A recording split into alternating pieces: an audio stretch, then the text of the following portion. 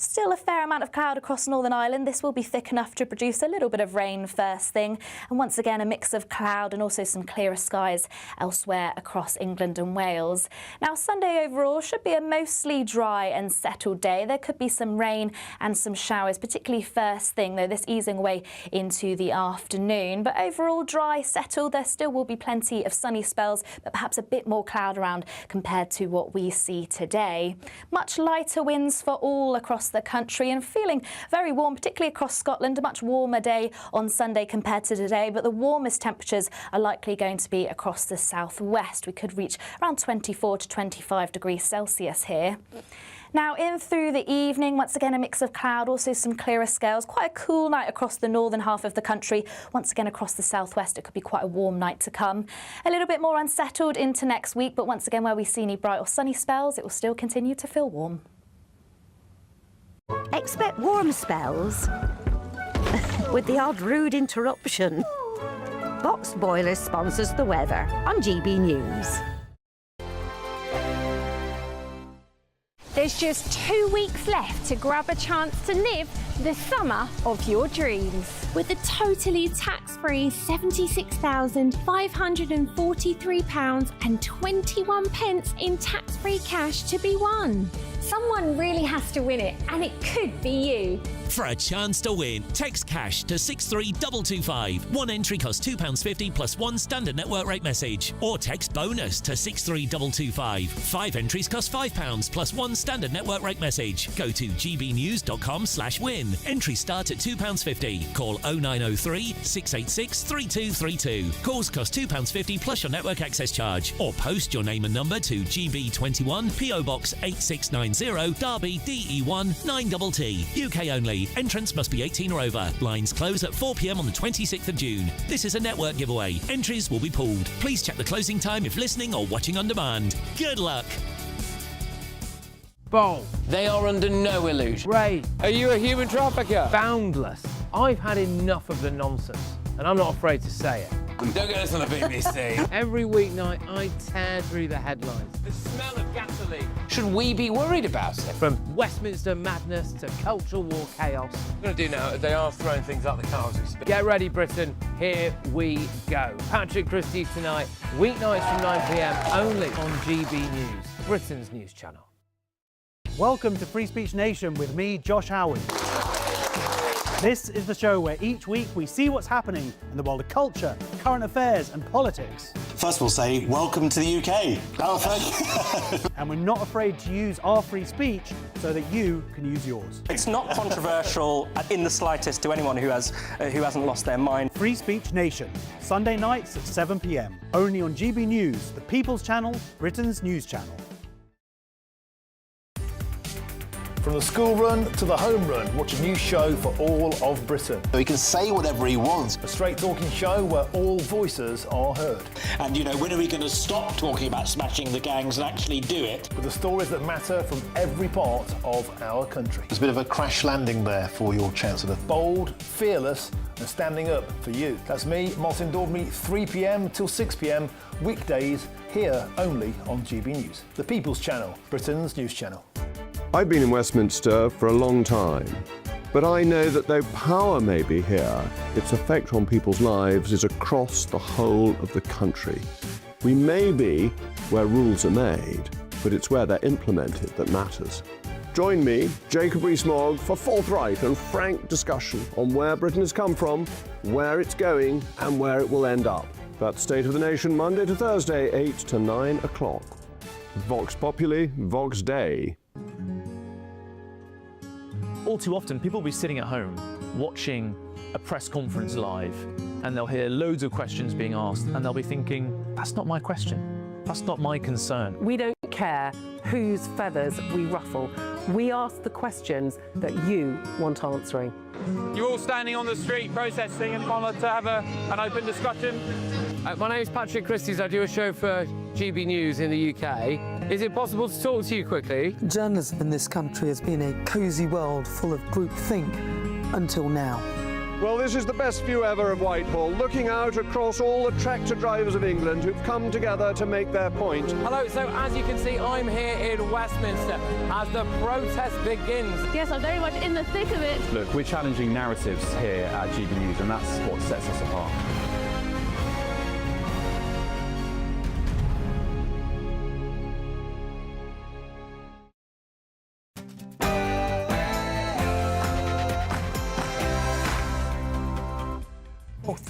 Good evening and welcome to the biggest show on Saturday night UK TV. It's the Saturday 5 live from the GB News studios in London, England. I'm Will Kingston along with Dr. Renee Honderkamp, Emma Trimble, Trey Lowe and Kai Wilshaw. Tonight on the show I'll tell you why a Miliband chancellorship is a giant FU to the public.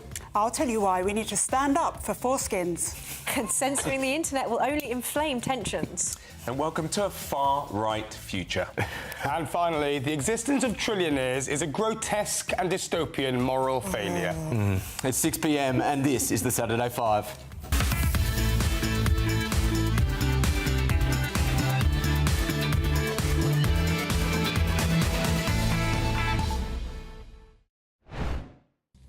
Welcome to the Saturday 5, ladies and gentlemen, for another week. Of course, you are just as much a part of the show as we are. Get your comments through, gbnews.com/your say. Grumpy Grandad has got in early and we really need to get this bloke into the GB News marketing department.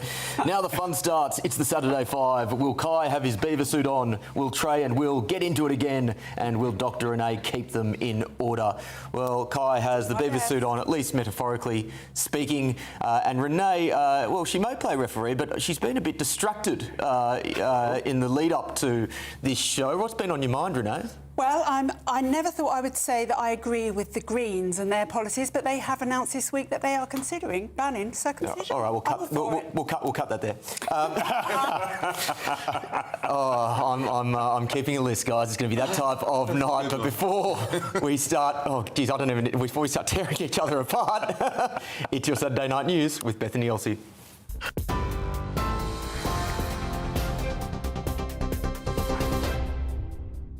Good evening. Your top stories from the GB newsroom at 1 minute past 6. And we'll start with some breaking news in the last half an hour. In a phone call with President Donald Trump this afternoon, Prime Minister Sir Keir Starmer expressed support for efforts in bringing the conflict with Iran to an end.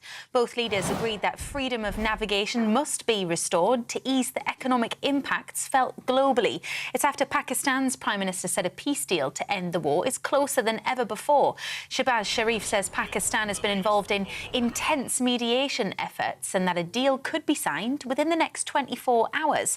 But Iran disputes this, with officials saying they won't be signing any deal tomorrow. Meanwhile, hostilities have continued overnight, with the US shooting down a number of Iranian drones flying over the Strait of Hormuz. Gun salutes, music and a full military procession, the King's official birthday in spectacular style. King Charles, Queen Camilla and the Prince and Princess of Wales stepped onto the Buckingham Palace balcony to cheers from thousands on the Mall as the red arrows roared overhead. It marked the finale of Trooping the Colour, a celebration of pageantry and tradition, complete with 1,000 soldiers, hundreds of horses and marching bands parading through central London.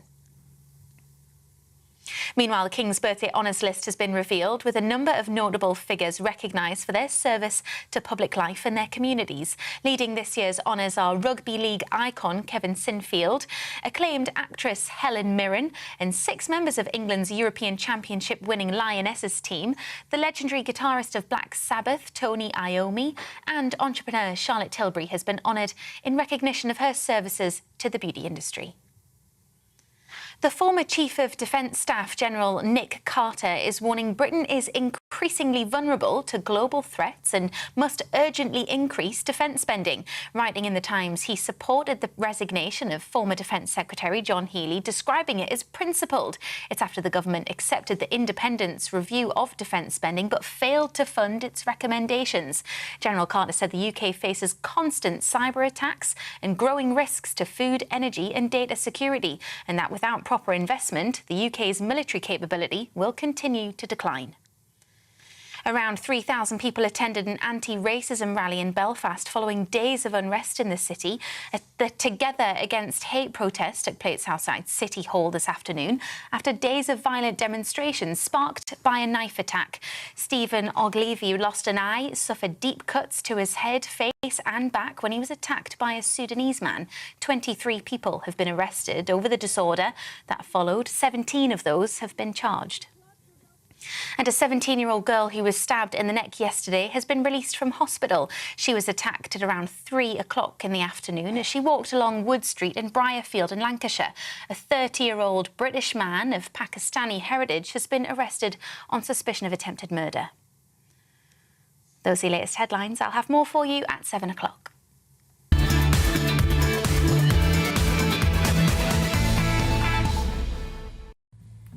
It's Saturday night and you're with the Saturday 5. Over the next 3 hours, the biggest debates, the hottest topics and the most entertaining interviews. And of course, you're just as much a part of the fun as we are. Diana said, evening all. Lovely to see Emma on the famous 5. I have no words for the topics being presented by the two lefties. Yes. Well, Diana, if it wasn't my job to have some words for them, I promise you I'd feel exactly the same. Emma, welcome. How are you feeling? I'm excited to be here. I always love it. And thank you, Diane. we always love having you on, and I think you're going to have very firm opinions on the possible... Certainly am. I bet you are, and particularly on the possible next Chancellor of this great country, or at least once great country. Over the last 3 weeks, ladies and gentlemen, after watching Henry Novak be dragged through the gravel and the unimaginable horror in Belfast, the British public have been pleading, enough, listen to us. So, how will Labor respond? According to The Telegraph yesterday, by putting the most dogmatic, inflexible and willfully deaf politician of modern times in charge of the public finances. The public have been very loud and very clear when it comes to energy policy. They don't want net zero if it is going to make life harder or more expensive for them. So, Ed Miliband banned their underfloor heating, as we heard last week.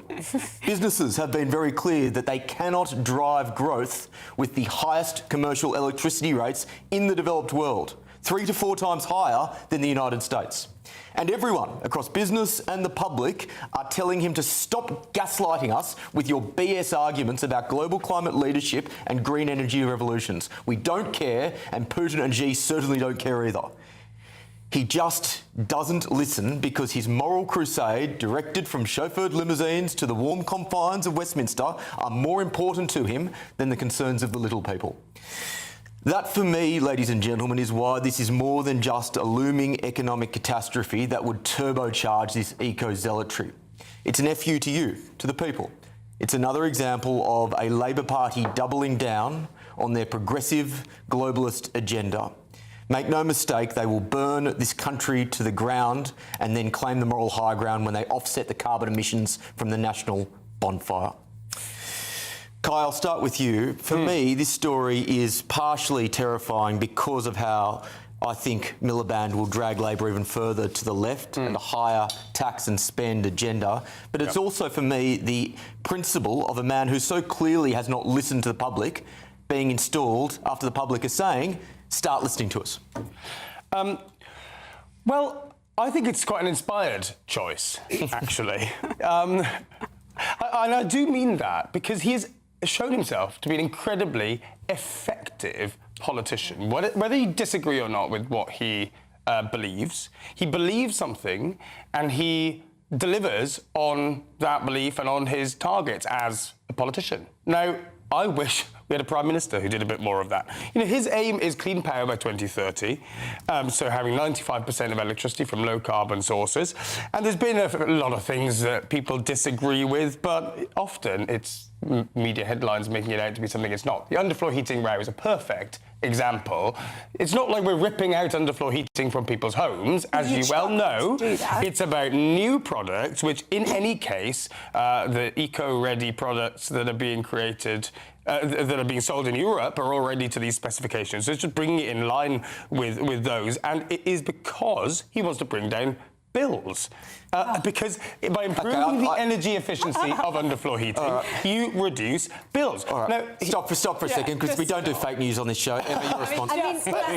It's absolutely not because he wants to bring down bills. What he wants to do is bring down energy usage. Now, I'm not saying that anything is bad bringing it down, but when it's being done by constant nudge, sanctions, instructions, then people don't like it. The reason they want to bring down usage is they want to let all the data centres that they want to attract to this country use up all the energy, because we cannot cope with our current grid, let alone the so-called energy revolution, which they are saying will come with AI. This is just ideology on steroids, and that's the real problem here, because good markets sort themselves out, which is why VHS and Betamax sorted themselves out. People buy into good things. When they have to be forced to buy into things, eventually you push them too far and they say no, and they are saying no. Emma, that term ideology on steroids I think is very apt for Miliband, and I think Kai has a point that he does believe in something on steroids, and this is the scary thing, unlike Starmer, he is more effective at implementation around his policies. And that actually should scare everyone. I think it is particularly horrifying that this is a man who would potentially be Chancellor, given that he would be willing to sacrifice our economy on the altar of net zero. I mean, Renee sort of plucked the thoughts right from my head there, because it's not that he's an effective politician, it's proof of ideology. This is a man who pursues his ideological objectives like a dog with a bone at the expense of everything else. That doesn't make him a good politician, that makes him an ideologue, and I think it would be truly, truly damaging. He did it at the expense of Labour last time, when he pulled the rug from under his very own brother, who would have made a better leader and not lost them an election. The other important thing to say here, and this just to touch on what both Kai and Renee had said, is that this is not about, bringing down people's bills, about giving them cheaper products. If people want to opt for the cheaper option, then people will choose to do so. This is not, you're right, about ripping out people's underfloor heating, but as it was with tumble dryers, it seems like it's this really small thing. It's not. It's about limiting consumer choices. It's about telling the consumer what they are and are not allowed to buy. The same with cars, what cars you are and are not allowed to drive. It's dictating to the British public and ultimately phasing things out of the market that British people would like to have. I was thinking, I'm going to throw in a different look at this, right? So on the reform side, you're looking at Robert Jenrick pretty much, that probably would be Chancellor, right? If you look at some of what he's proposing, equally could be problematic for the economy. In terms of the environment? No, in terms of tax cuts, etc., because Will's talking about it being a disaster. But it looks like potentially... You're against tax cuts now? I can't believe you came on this show as a right-wing person. Things that are uncosted, for instance. But they have costed them. They've costed them. No, they haven't. What you just said is a lie. No, not fully. No, there are numerous studies that have showed that some of reform's tax cuts would not actually be covered. Well, they had to ditch them, didn't they? They had to ditch the programme of cuts they were going to do. That's one thing Robert Jenrick brought in, because they don't know what they're doing. Basically what I'm saying, listen, I think Kai's got a bit of a point. He is ideological. It may not be in favour of everyone, but still, most people are in favour in this country of environmental changes. Yeah, they are. Study after study does show that. You may not like it, but study after study does show that. I personally think we should potentially be drilling in the North Sea. That's my personal point of view, but a lot of people think we shouldn't. I looked at this beforehand, and the surveys that have been done, basically the number that you get in response is entirely dependent on the way that the question is phrased. So if you ask, do you believe in getting to net zero, you will get popular support for it. If you ask, do you believe in it, even if it means you'll pay more for energy, or even if it means that you'll go cold in winter, they say no. It's entirely about survey design. Yeah, and look, I accept all that, and I also accept that at a time like this, I think he needs to be a bit more flexible, because the world has changed, and we're baked into net zero. There is some sort of assumption that there is a bit of pain. There is a transition cost, both in terms of upgrading the grid, in terms of all sorts of different measures he's taking, and he's not taking that into account. I don't like that about what he's done. But just as a Chancellor, right, what we've established already here is effective. He has a plan and he pursues it, and he's doing some of that, at least with support of the British people. Can I throw something in? Who else had a plan and pursued it was Manson. It was called a cult. And it really ended badly for many people, because that's what you get in a cult. You don't get independent thought. You get blind, ridiculous action from the leader above, who's effective and he's got a belief and he can sell it to the people. The UK is responsible for 1% of the world's emissions. If we go through this pain at the cost of our army, and at the moment, which is what it is, it will not make a jot of difference to the world. Emma. Can we just zoom out for a minute? Because also in the news this week, we've been talking about how the Treasury have refused to give the money necessary to ensure that Britain isn't defenceless in the face of all of these global conflicts. And if we have someone like Ed Miliband, any kind of ideologue who is so committed to the target of net zero, do you really think that he's going to be willing to commit the money that is necessary for our defence? Net zero is literally... I know people make the argument that climate change is some kind of security threat. The pursuit of net zero is actually a threat to our security. Well, but our dependence on fossil fuels and on petrostates and dictators is one of the biggest threats to the future of our country. How are you going to manufacture the hardware that is necessary to fight a war? How are you going to have the industry to do that if we are unable to actually provide the energy to do that? I accept that, but how are you going to power these industries that you require? Use what we have. Renee, it would take years and years, even if you got rid of... Jackdaw can be producing by December. But that is not going to solve all our energy needs. Even if you could buy all the gas-fired turbines in the world to bring back that part of our industry and get rid of all wind farms and solar farms and whatever, it would not be enough. Kai, net zero is just a ban on fossil fuels. That's what it means. We're not saying that, we can't have some windmills. I think they are the dark satanic mills of the modern age, but if you want to have a couple of windmills out of the way, that's fine. You can have those, but we're just saying that you don't ban fossil fuels at the same time. I want to pull this argument back, though, to what it would look like more generally, in addition to just the net zero push. Renee, at the moment, it is very clear that the fiscal position of this country is dire. Debt and deficit is out of control, and I have no confidence whatsoever that someone like Ed Miliband would want to pull it back. No, and the danger is that we are very, very close to having to go to the IMF for a bailout. As we do that, our interest rates, our mortgages will go up, our markets will collapse, the housing market will collapse, everything will collapse. But still, these ideologues like Ed Miliband say, but we have to get to net zero by 2030, come what may. But it doesn't work like that. And we have competing pressures on everything that we have. There is a welfare issue in this country, there is a pension issue, there is a defence issue, and we are making choices, and they're the wrong choices. Net zero is a luxury project. But do you know what I think about, though? Probably one of the worst as Prime Ministers was Liz Truss. No, one of the best. It didn't exactly go well for us, did it? Everything you just mentioned happened under Liz Truss. Our markets are much worse now than in Liz Truss, and I defy you to prove me wrong on that. I know that everyone suffered under Liz Truss and Kwasi. That is an absolute fact. Well, it's interesting. People were definitely worse off. She has made it worse. Rachel Reeves has made it worse. Prove me wrong. I know that my mortgage is not as high as it was under Liz Truss. Emma, it's interesting because I actually interviewed Liz Truss yesterday for a wonderful new GBNews show, Fire at Will. New episodes out on YouTube Wednesday and Friday, 6 p.m. Apparently the host is meant to be outstanding. But she said at the time, when we were talking about conviction politicians, I said, we need conviction politicians back into politics. And she said, rightly, she kind of had a quizzical eyebrow raise, and then she said, well, they need to be the right convictions. And I think probably someone like Ed Miliband is who she had in mind when she was saying the right convictions. Yeah, absolutely. I mean, we need people who believe in something, people who are, and I don't mean to, take this, off down a kind of intellectual track, but you need, like, Conservatives, for example, who are genuinely rooted in their own philosophical, intellectual tradition, who know what they're about, who have solid principles. I'm not necessarily... I don't think that the way that Liz Truss went about... Unfortunately, you've taken it down an intellectual track, so you've lost half the table. So we're going to have to leave it there.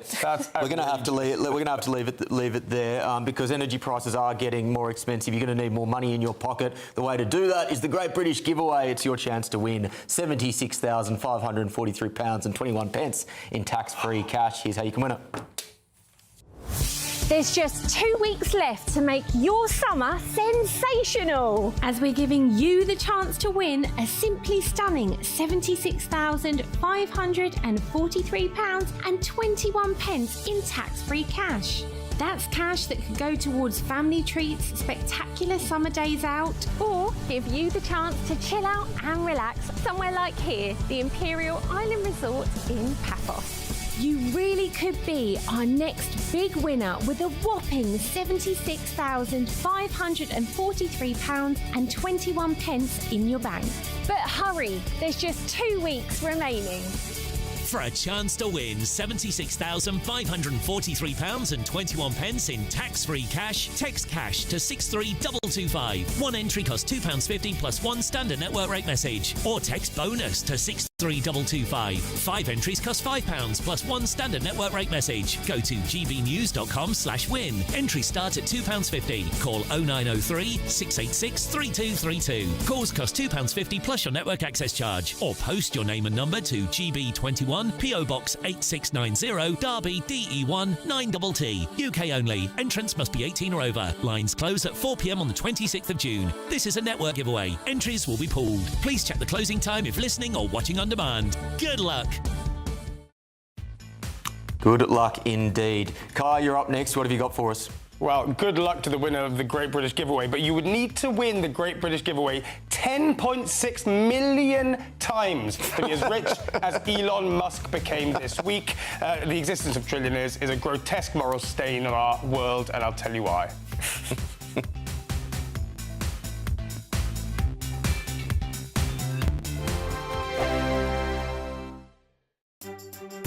Some people enjoy lazy Sunday mornings, but not me. What's the truth of the matter? So that's a very live question. Would you support him if he waters down these plans? Before the spin sets in, I'll be getting to the truth. This is personal. No soft questions, no easy answers. It's one thing if the state has rules in this country. It's another thing whether the police and others actually police them. Setting the agenda and holding those in power to account. You can't really blame her if the system is set up this way. You will not want to miss it, trust me. The Camilla Tominey Show, Sundays from 9:30, only on GB News. Exciting news. Every Friday, my Patrick Christie's Tonight Show is going to have a twist to it. We're welcoming some special guests. You. That's right, on Fridays I'm going to be doing my show in front of a live studio audience because this show is about you and what you have to say. It's going to be the same big debates, same big topics, same big opinions. But every Friday night at 9 p.m, you are invited to come on down to Patrick Christie's Tonight to be a part of the action. Only on GB News, the People's Channel, Britain's news channel. At GB News, we love to hear from you, our loyal community. So drop us a line at gbnews.com/yoursay. There you can talk to each other and also to the presenters live on air. gbnews.com/yoursay, because GB News is your channel, Britain's news channel. Hi, I'm Michelle Dewberry, and my show is your opportunity to cut through all the noise and dive in headfirst to some robust debates. Ideas clash. Situation, no, isn't it? No, because the failure is you're deliberately avoiding my point. Nothing's held back, And if you think this is the end of it, wait for more. and we do not shy away from the difficult stuff. Sometimes I want to shake people and say, if only you understood. So join me on Jubes & Co. weeknights at 6 p.m, only on GB News, Britain's news channel. From the school run to the home run, watch a new show for all of Britain. So he can say whatever he wants. A straight-talking show where all voices are heard. And, you know, when are we going to stop talking about smashing the gangs and actually do it? With the stories that matter from every part of our country. There's a bit of a crash landing there for your Chancellor. Bold, fearless and standing up for you. That's me, Martin Dordme, 3 p.m. till 6 p.m, weekdays, here only on GB News. The People's Channel, Britain's news channel. Welcome to Free Speech Nation with me, Josh Howard. This is the show where each week we see what's happening in the world of culture, current affairs and politics. First we'll say, welcome to the UK. And we're not afraid to use our free speech so that you can use yours. It's not controversial in the slightest to anyone who hasn't lost their mind. Free Speech Nation, Sunday nights at 7 p.m, only on GB News, the People's Channel, Britain's news channel.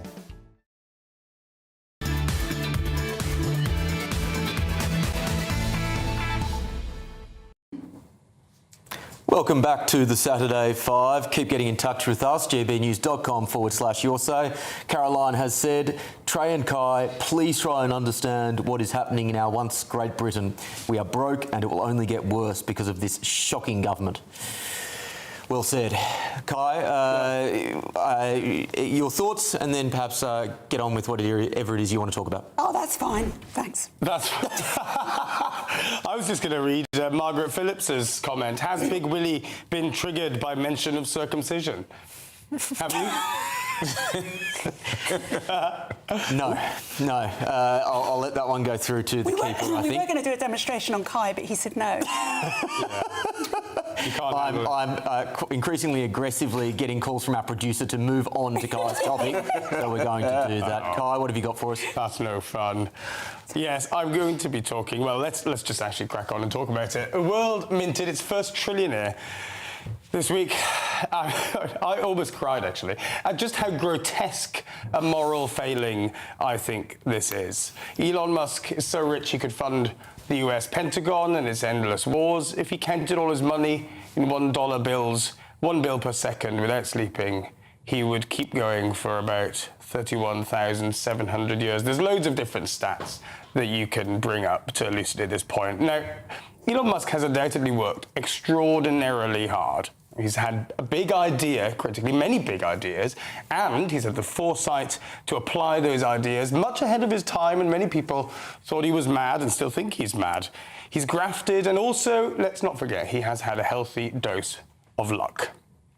Now, those are the ingredients of many successful people, millionaires, and even the odd billionaire.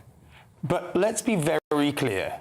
When somebody is worth the same amount as the poorest half of the world, that is the result of a grotesque system.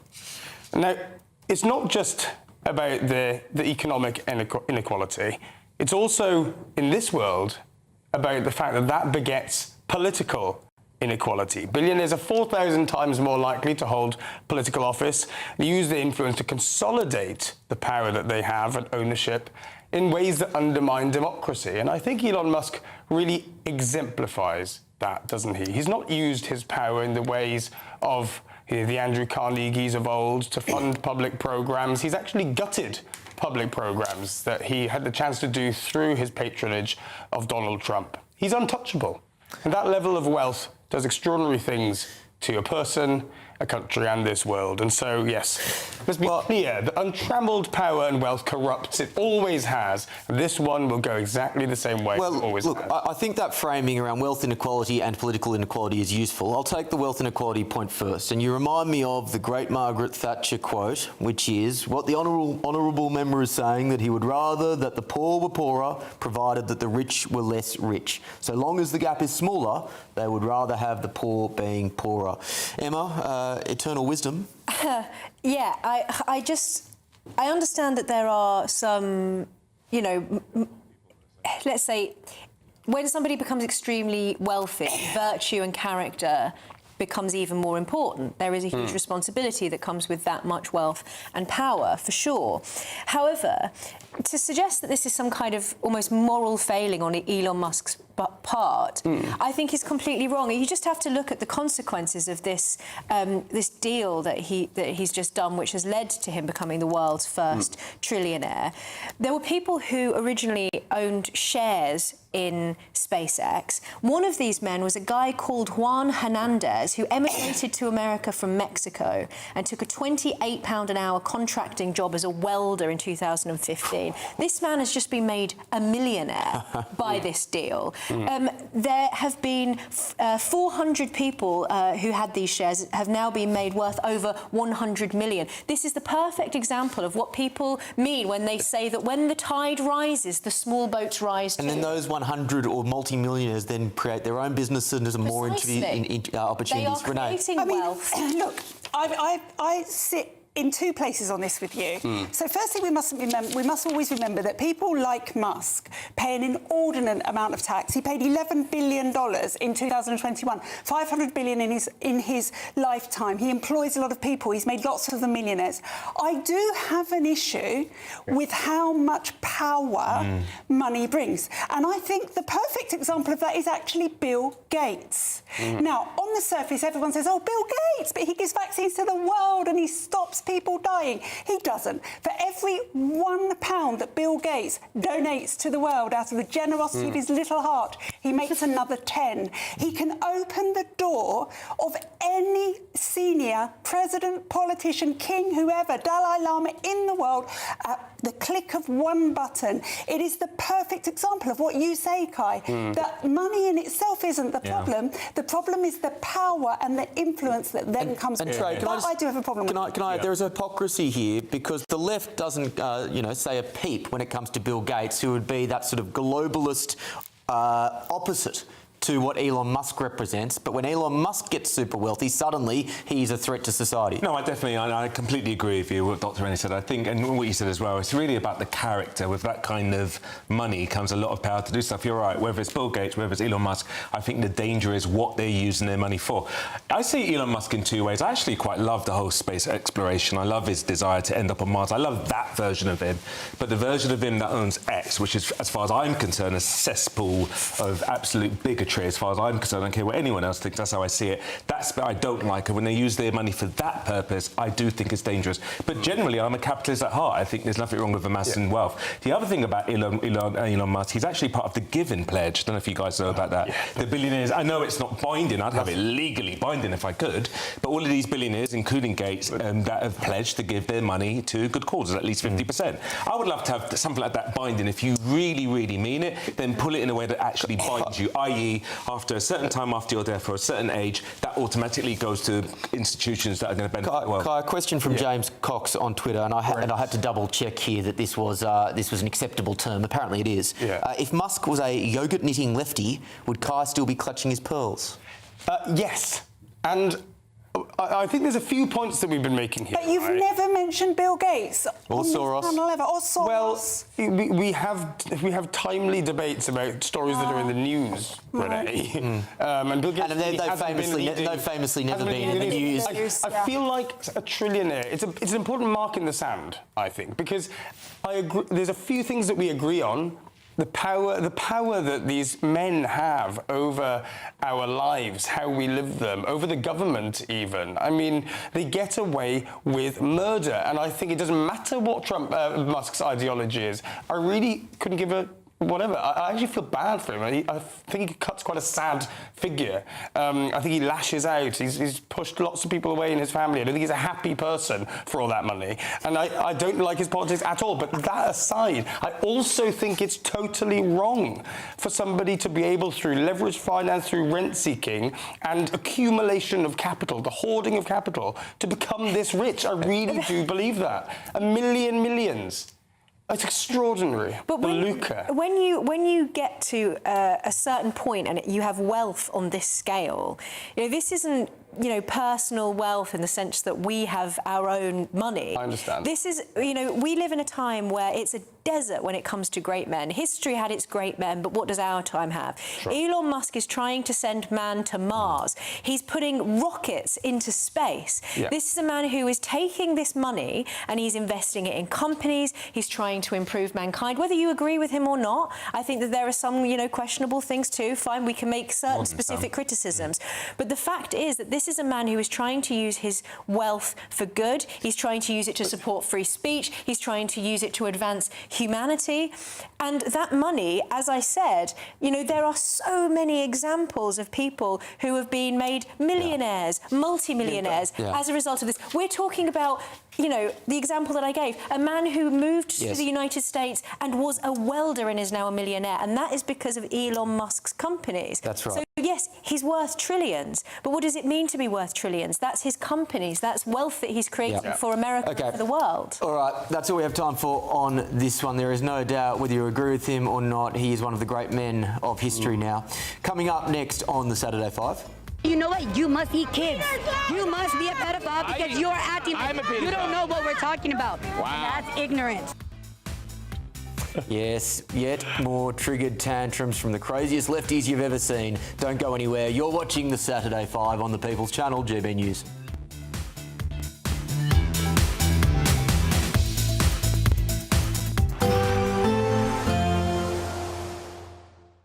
Ready to soak up that holiday sunshine? Won't we need some cover? No worries. All sorted. All Clear Travel Insurance sponsors GB News Travel Destinations Forecast. Whilst there's plenty of summer sunshine across much of southern Europe tomorrow, it's not fine and sunny everywhere. There's some showery rain affecting parts of Turkey, a few showers across southern Greece and around some of the islands. Mostly dry for Italy and into France as well, but we do have rain currently across western parts of Spain and Portugal, and that is going to feed its way eastwards as we go through tomorrow as well. Looking into next week, and well, there's plenty of sunshine on the cards. Bye-bye. All Clear Travel Insurance sponsors GB News Travel Destinations Forecast. Hello there, good evening. Welcome to your GB News weather update from the Met Office. High pressure continues to build into Sunday, so lots of dry weather on its way, though perhaps a bit cloudier tomorrow compared to conditions we've seen today. Though it's very much been a north-south split in our weather, high pressure clinging on to the south, bringing mostly dry, settled conditions here. But at times low pressure has brought in some cloud, some showers across the north. Now as high pressure continues to build, most of these showers will ease away, becoming confined mostly to northern parts of Scotland through the course of the night. And elsewhere we'll see a mix of cloud, also some clearer skies. Winds lightening off as well. Most towns and cities in the low double digits, though in some rural areas under the clearer skies we could get down to the mid-single figures, so feeling a little bit cooler and fresher in these areas. So to start the day across Scotland, like I say, there will still be some showers lingering across parts of the north, a bit more cloud here. Much lighter winds, though still a fair breeze around eastern coasts of Scotland. Across southern areas of Scotland, northern England, a mix of cloud and also some clearer skies, but plenty of cloud across Northern Ireland. This could be thick enough to produce some very light outbreaks of rain. And it's a fairly similar picture elsewhere across England and Wales. Some clouds, some bright if not sunny spells at times. Now this stretch of cloud across central areas of the country could be thick enough to produce some light showers through the course of the day, but they should be mostly isolated. Many areas will see a dry, settled day, but a mix of cloud across the skies could create hazier spells of sunshine. Feeling very warm in the sunshine, particularly across the southwest. Highs could get to around 25 to 26 degrees Celsius here. Now heading into Monday, once again lots of dry, settled weather, some sunshine to come. That's away from the southwest though, some heavy bands of showers starting to move across into Wales, southern and southwest England. We may even hear the odd rumble of thunder, and there'll still be some showers into next week, though temperatures will increase day by day, so still feeling very warm in the sunshine. Britain deserves a newsroom that puts the facts and your voice first. Well, and that's what you get on GB News. Lively debates, lively conversation. And we're not afraid to hold power to account. And each other. So join me, Andrew Pierce. And me, Miriam Gates, for Britain's Newsroom, weekdays from 9:30 on GB News. Breaking news, live updates, stories that matter. From the heart of the GB Newsroom to every corner of Britain, with our team of dedicated journalists across the UK. GB News bulletins are there to deliver the latest news that matters to you. Bulletins on GB News, the People's Channel, Britain's news channel. As soon as it hits 11 and the headlines come in, Late Edition brings you the breaking news from all the front pages. because the news is going to happen. So get a head start today. Patrick Christie's tonight, Late Edition. Alex Armstrong tonight, Late Edition. From 11 o'clock every night. Only on GB News, the People's Channel, Britain's news channel. GB loyalty points are here. They're our way of saying thank you for spending time with GB News. Through commenting on your say, voting in You Decide polls and shaping the debate, you can earn GB loyalty points. Unlock rewards, reach milestones and climb leaderboards. Don't just watch our programmes, come and be part of them. Get started by scanning the QR code or go to gbnews.com/loyalty points.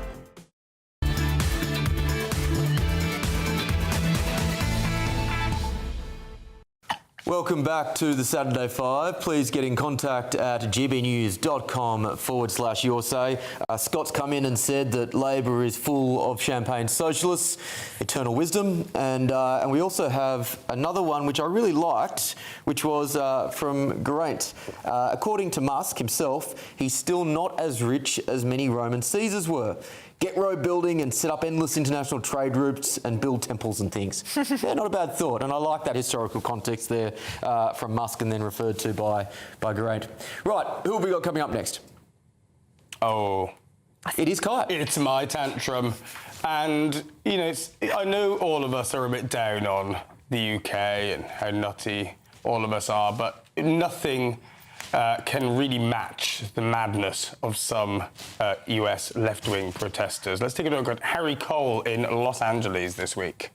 They are trafficking and they're hurting and they're eating children. Who is the eating? government, the American government is eating children. Trump, from everybody that's in Congress. Like, are you that naive? Donald Trump Do you not watch TikTok or Instagram? Because they are eating and killing children. You white man. But who is eating children? The government. Very easy, the government. Are you that dumb? Eating children. Yes, there's videos. There's videos. Look, the Epstein files. Are you? I've looked at the Epstein files. There's no videos of people eating children. So you know what? You must eat kids. You must be a pedophile because you're acting. I'm a pedophile. You don't know what we're talking about. Wow. That's ignorant. There's so many things that are enjoyable about that. Yes, she accuses Harry Cole of The Sun, you know, he's now gone to be US editor of The Sun from over here in London, of being a paedophile who eats children. And the government in the States is eating children. Are you that naive not to know that? Do you watch Instagram? I mean, it's sort of gold. I think that's amazing. Do you eat children, Emma? Only on Sunday. Yeah. Little weekend treat. All right, let's move on from cannibal. No children were harmed in the making of this programme. That's right. I'm pretty sure cannibalism is not Ofcom compliant. Let's go to my tantrum, and this was I was about to say delicious, but that's probably not the right word in the context of what we're what's more delicious.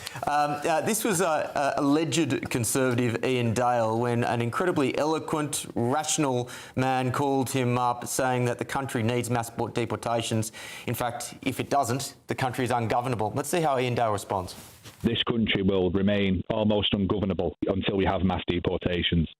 Just a massive disconnect between the political class and the people of this country, who have never given any consent to this, and there's certainly no mandate for the scale of immigration we're seeing into this country. But you can't go as far as certainly Restore have gone, and indeed Reform have gone, I think, too far on this too, to deport people who are here perfectly legally. What follows in that tantrum is the man just saying, yes, you can, Ian. And he goes, but that's really mean. And he goes, I don't care. And this is the thing. For so long, this class of people have just relied on bullying and this sort of vague moral argumentation, effectively saying, well, that's a bit mean and unfair. And we're so past that now. We are past the point where if we look at this photo, this particular facial expression substitutes for an argument. For so long, that was the face that basically was the start and end of so many cultural conversations. No longer. I think it's also a social, intellectual snobbery. Of course, so yeah. I think these people actually believe that they are more intelligent and therefore wise than most of us. Therefore, whatever you say must be wrong and it shouldn't be entertained because of that, because you are stupid and they are not. There's also a certain element of you know, they're being disingenuous in some way. If you think one of the other examples this week is of I think was it Hilary Benn who was questioning, what do you mean by alien culture? And obviously everybody knew what he was referring to in that clip that hopefully people at home will have seen. It was in relation to the horrible scenes in Belfast. There is this element of, you know, complete disingenuousness. You think these people can't seriously think that, you know, that people believe them, that they're, you know, they really truly mean this. Well, from disingenuousness to sincerity, Emma, what have you got coming up for us after the break? Britain is at boiling point, and the government seem to think that the solution is to censor the internet.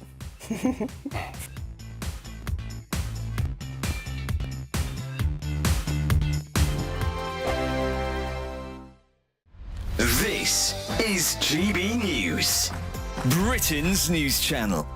I quit, I retired from swimming after Paris 2024 Olympic Games. The main reason being that I just couldn't financially support myself swimming anymore. So I retired at 24 years old and then started working in the corporate world. And then to go to your point, how I got involved, I had a former teammate who joined the enhanced games, and he called me and was like, there's a spot on the team for a butterfly swimmer. I said you'd be a good fit. So I just got speaking to him and then spoke with the enhanced team and kind of moved on from there.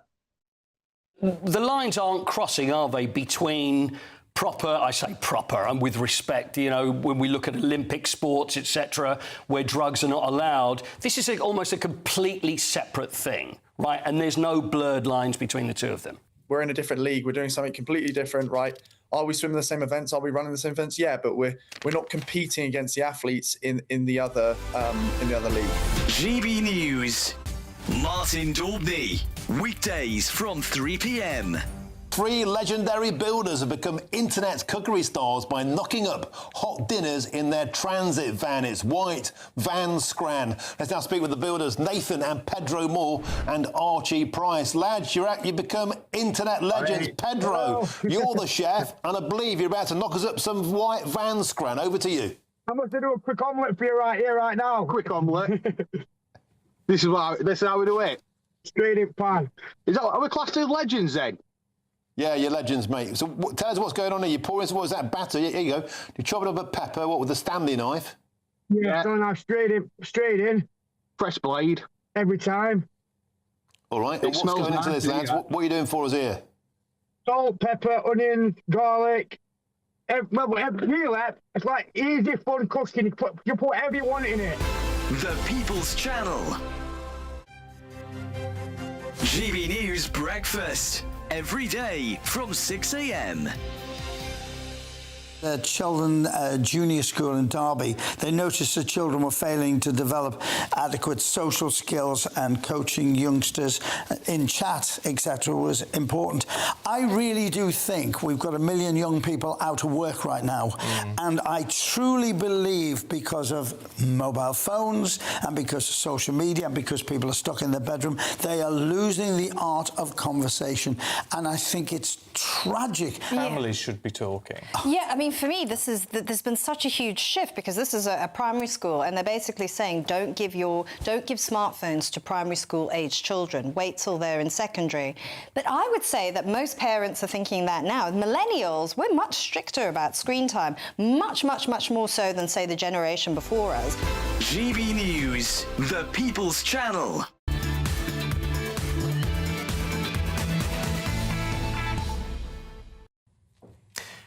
Welcome back to the Saturday 5, of course. Keep getting your contacts in. gbnews.com/your say. The Happy Hippie says, we seem to have a generation in the West that believes if they see it on TikTok or Instagram, it must be true. Where are their brains? The people who look at the information and actually engage with it. Jeez. Renee, an amusing thought? I don't think I can read it out loud. OK, maybe keep that powder dry. But dear, you know what you just said. Noted. Trey, on that point, though, are we losing the ability to think critically? Yeah, absolutely, because there's a lot of people stoking up a lot of hatred online and just jumping a lot of misinformation. I think we are. I think if we were actually thinking critically, we wouldn't have none of this culture war happening at all. We would genuinely be coming together looking at a solution. That's only going to get worse and worse. Yeah. Because with AI, as Kai knows, as ask him every week if something is real or not, children in school now are going to come out completely unable to differentiate real from fact. Well, a big part of this conversation is obviously social media and the impact on critical thinking skills. And with that somewhat tenuous segue, over to Emma. That was a very good segue. Thank you, Will. Well, on a much, I think, sadder note, Britain is very clearly at boiling point. We have had a horrific couple of weeks in the news. We saw those horrible scenes of Henry Novak being handcuffed by the police and in his final moments hearing him being read his rights while he was allowed to bleed to death when he was the victim and the police instead believed his murderer. We've seen the horrific scenes on the streets of Belfast with the alleged attacker who seemingly was trying to behead a man. And we've also had the findings of the trial in the case of Sophie of Dundee. Many of you will remember that almost mythic photograph of the young girl holding up weapons, and people really laid into her at the time. And it turns out that actually the people who the young girls had claimed had attacked them have been convicted, and one of them had apparently, and it was heard in the court, had said to her, "Hello, sexy, I'll show you a good time." And we're talking about a little girl here. And so they have been found guilty, and Sophie of Dundee has been vindicated. And the British public are looking on at all of these horrific stories, and week and week and week, it just seems to be getting more and more horrific as the boiling point rises. And Labour seem to think that in the face of the disorder that has broken out in Belfast, that the solution is actually to target social media, to remove material that, quote, is capable of inciting violence, which presumably could mean the actual video itself, that it was the video itself that made people so angry that they went out into the streets. And, of course, no excuse for violence whatsoever, and those scenes were awful. But the point is that it's exactly the same as after we saw when Sir David Amess, the MP, was murdered, that the MPs immediately deflected to social media as if he had been murdered by a rogue tweet. But the reality is that successive governments have created a perfect storm, and now they're trying to keep the lid on the results of their experiment in multiculturalism and open borders. What do you expect? Well, when you are, you know, forcing more tinder into the most flammable tinderbox in the United Kingdom? Well, footage shatters narratives, Emma. I think that's very well said. And the reality is, if there's one good thing to come out of the tragic things we've seen in the last few weeks, it is that awful footage that we've seen in Belfast and with Henry Novak. It shatters the illusion that the establishment have been trying to perpetuate for so long. Renee, that's obviously why they're trying to clamp down on this, right? It is to protect that failing narrative. Look, we actually saw this for the first time, really, where people realised it was going on in COVID, where people, if they didn't have a view that married with the governments, were censored by the government. I was one of them. I've done the SARs. I have seen the documents because I was saying that children should not be vaccinated. For that, they were monitoring me, and they were asking X to suppress my messages. So we saw it then. The problem that we have is that the genie is out of the bottle.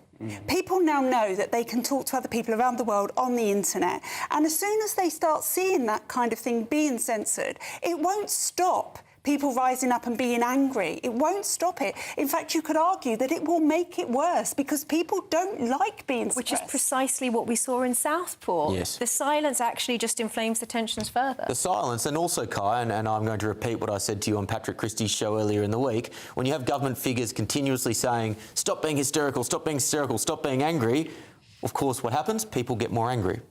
But Emma, you mentioned Southport, but so much of that was fuelled by exactly the kinds of fake information that we're talking about. There was a vacuum of information. Tensions. Well, maybe it's a bit of both. Then I don't think anybody's talking about shutting down the internet here. I think. Can I just say one thing? Giving the government and Ofcom, the regulator, more power to impose fines, instituting crisis response teams in times of difficulty, improving communications with the police.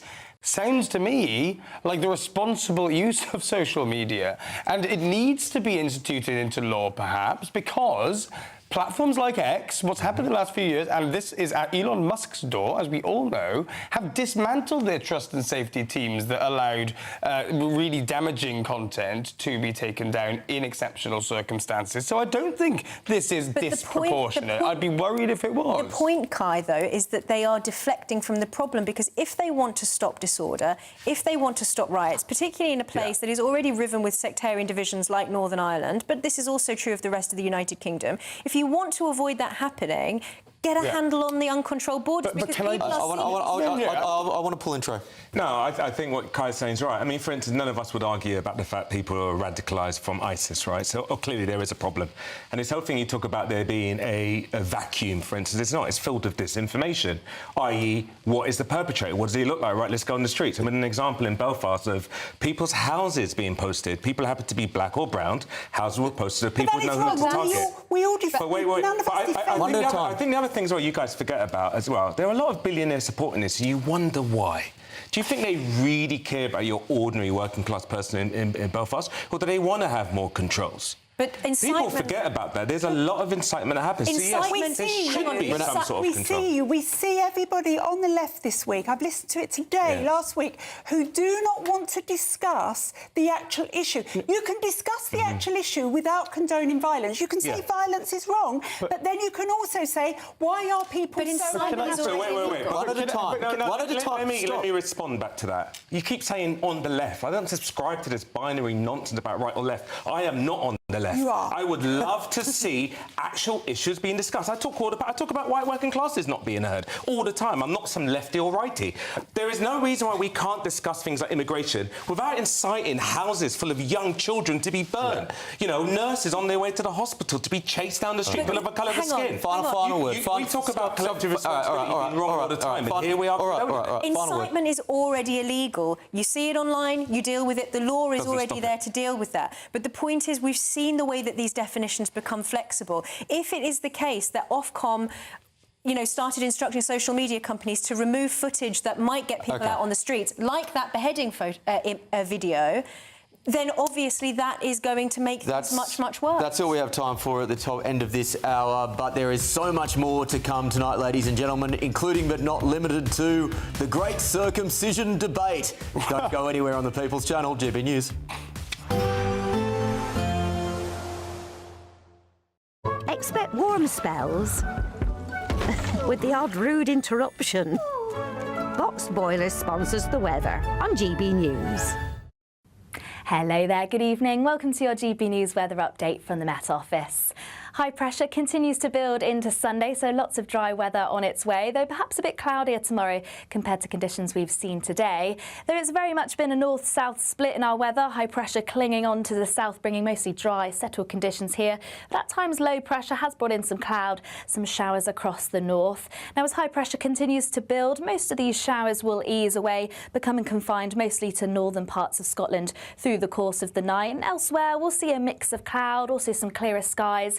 Winds lightening off as well. Most towns and cities in the low double digits, though in some rural areas under the clearer skies we could get down to the mid-single figures, so feeling a little bit cooler and fresher in these areas. So to start the day across Scotland, like I say, there will still be some showers lingering across parts of the north, a bit more cloud here. Much lighter winds, though still a fair breeze around eastern coasts of Scotland. Across southern areas of Scotland, northern England, a mix of cloud and also some clearer skies, but plenty of cloud across Northern Ireland. This could be thick enough to produce some very light outbreaks of rain. And it's a fairly similar picture elsewhere across England and Wales. Some cloud, some bright, if not sunny spells at times. Now this stretch of cloud across central areas of the country could be thick enough to produce some light showers through the course of the day, but they should be mostly isolated. Many areas will see a dry, settled day, but a mix of cloud across the skies could create hazier spells of sunshine. Feeling very warm in the sunshine, particularly across the southwest. Highs could get to around 25 to 26 degrees Celsius here. Now heading into Monday, once again lots of dry, settled weather, some sunshine to come. That's away from the southwest though, some heavy bands of showers starting to move across into Wales, southern and southwest England. We may even hear the odd rumble of thunder, and there'll still be some showers into next week, though temperatures will increase day by day, so still feeling very warm in the sunshine. Expect warm spells with the odd rude interruption. Boxed Boilers sponsors the weather on GB News. There's just 2 weeks left to grab a chance to live the summer of your dreams. With a totally tax-free £76,543.21 in tax-free cash to be won. Someone really has to win it, and it could be you. for a chance to win. Text cash to 63225. One entry costs £2.50 plus one standard network rate message. Or text bonus to 63225. 5 entries cost £5 plus one standard network rate message. Go to gbnews.com/win. Entries start at £2.50. Call 0903 686 3232. Calls cost £2.50 plus your network access charge. Or post your name and number to GB21 PO Box 8690 Derby DE1 9TT. UK only. Entrance must be 18 or over. Lines close at 4 p.m. on the 26th of June. This is a network giveaway. Entries will be pulled. Please check the closing time if listening or watching on demand. Good luck. Some people enjoy lazy Sunday mornings, but not me. What's the truth of the matter? So that's a very live question. Would you support him if he waters down these plans? Before the spin sets in, I'll be getting to the truth. This is personal. No soft questions, no easy answers. It's one thing if the state has rules in this country. It's another thing whether the police and others actually police them. Setting the agenda and holding those in power to account. You can't really blame her if the system is set up this way. You will not want to miss it, trust me. The Camilla Tominey Show, Sundays from 9:30, only on GB News. Hi, I'm Michelle Dewberry, and my show is your opportunity to cut through all the noise and dive in headfirst to some robust debates. Ideas clash. Situation, no, isn't it? Because the failure is... You're deliberately avoiding my point. Nothing's held back. And if you think this is the end of it, wait for more. And we do not shy away from the difficult stuff. Sometimes I want to shake people and say, if only you understood. So join me on Jubes & Co. weeknights at 6 p.m, only on GB News, Britain's news channel. Join me, Nana Akwe, for an informative, interactive news programme with a difference. It's fun. No, he didn't say that, Dave. I'm so surprised. I think there's an element of truth to that. Join me from 3 p.m. every weekend, only on GB News, Britain's news channel. Westminster's full of talk, but out here, it's the real world. Am I allowed to talk No, now? that's it. This is where it matters, real people and real lives. That's what politics is all about. In fact, has Trump made a good start? No. Straight answers, no spin, and just a couple of pints. How many fingers have I got up? About 10. So join me for Lee Anderson's Real World every Friday at 7 p.m, only on GB News. The People's Channel, Britain's news channel.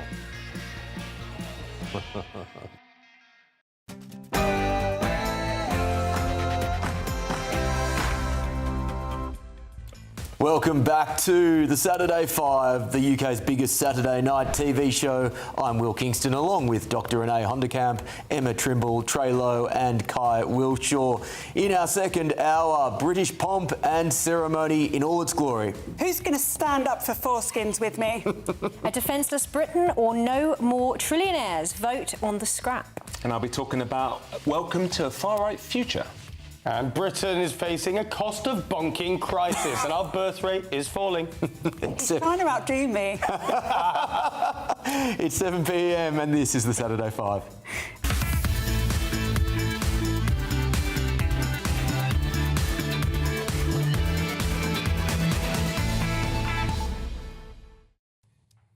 Welcome back to the Saturday 5, ladies and gentlemen.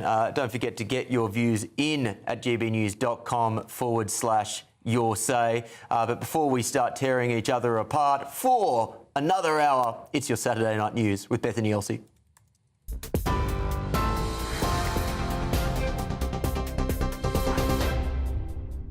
Good evening. Your top stories from the GB newsroom at 7:01.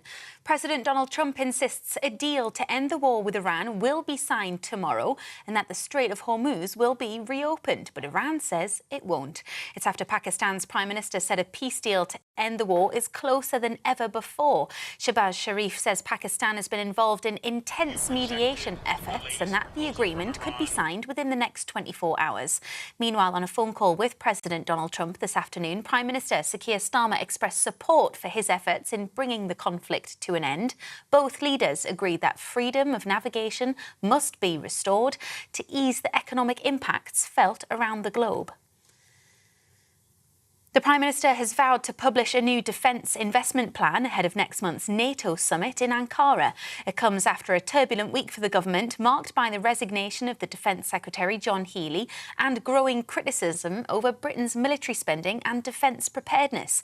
NATO's Secretary-General has welcomed the increased investment as an important contribution to the alliance and to meeting the increased global threats. Around 3,000 people attended an anti-racism rally in Belfast following days of unrest in the city. The Together Against Hate protest took place outside City Hall this afternoon after days of violent demonstrations sparked by a knife attack. Stephen Ogilvie lost an eye and suffered deep cuts to his head, face and back when he was attacked by a Sudanese man. 23 people have been arrested over the disorder that followed. 17 of those have been charged. Gun salutes, music and a full military procession, the King's official birthday in spectacular style. King Charles, Queen Camilla and the Prince and Princess of Wales stepped onto the Buckingham Palace balcony to cheers from thousands on the Mall as the red arrows roared overhead. It marked the finale of Trooping the Colour, a celebration of pageantry and tradition, complete with marching bands echoing across central London. And thousands of Scotland fans have travelled to the US to watch their country's first World Cup match since 1998. The Tartan Army will play Haiti at the Boston Stadium in Foxborough at 9 p.m. local time. That's around 2 a.m. in the UK. Some say they've spent their life savings to be there. I've spent the kids' inheritance and they're not happy about it. First time in 28 years we've qualified, so there's no way we're not going to miss it. There's no way we're going to miss it. I've never seen so many kilts, actually, in all my life. When I go to Scotland, I've not seen so many kilts as I've done here. Everybody's just getting into it, and it's absolutely brilliant. And good luck to them. You're up to date for now. I'll be back in an hour. Take the GB News family with you on any device. As long as you have an internet connection, tune into GB News anywhere on the planet or beyond.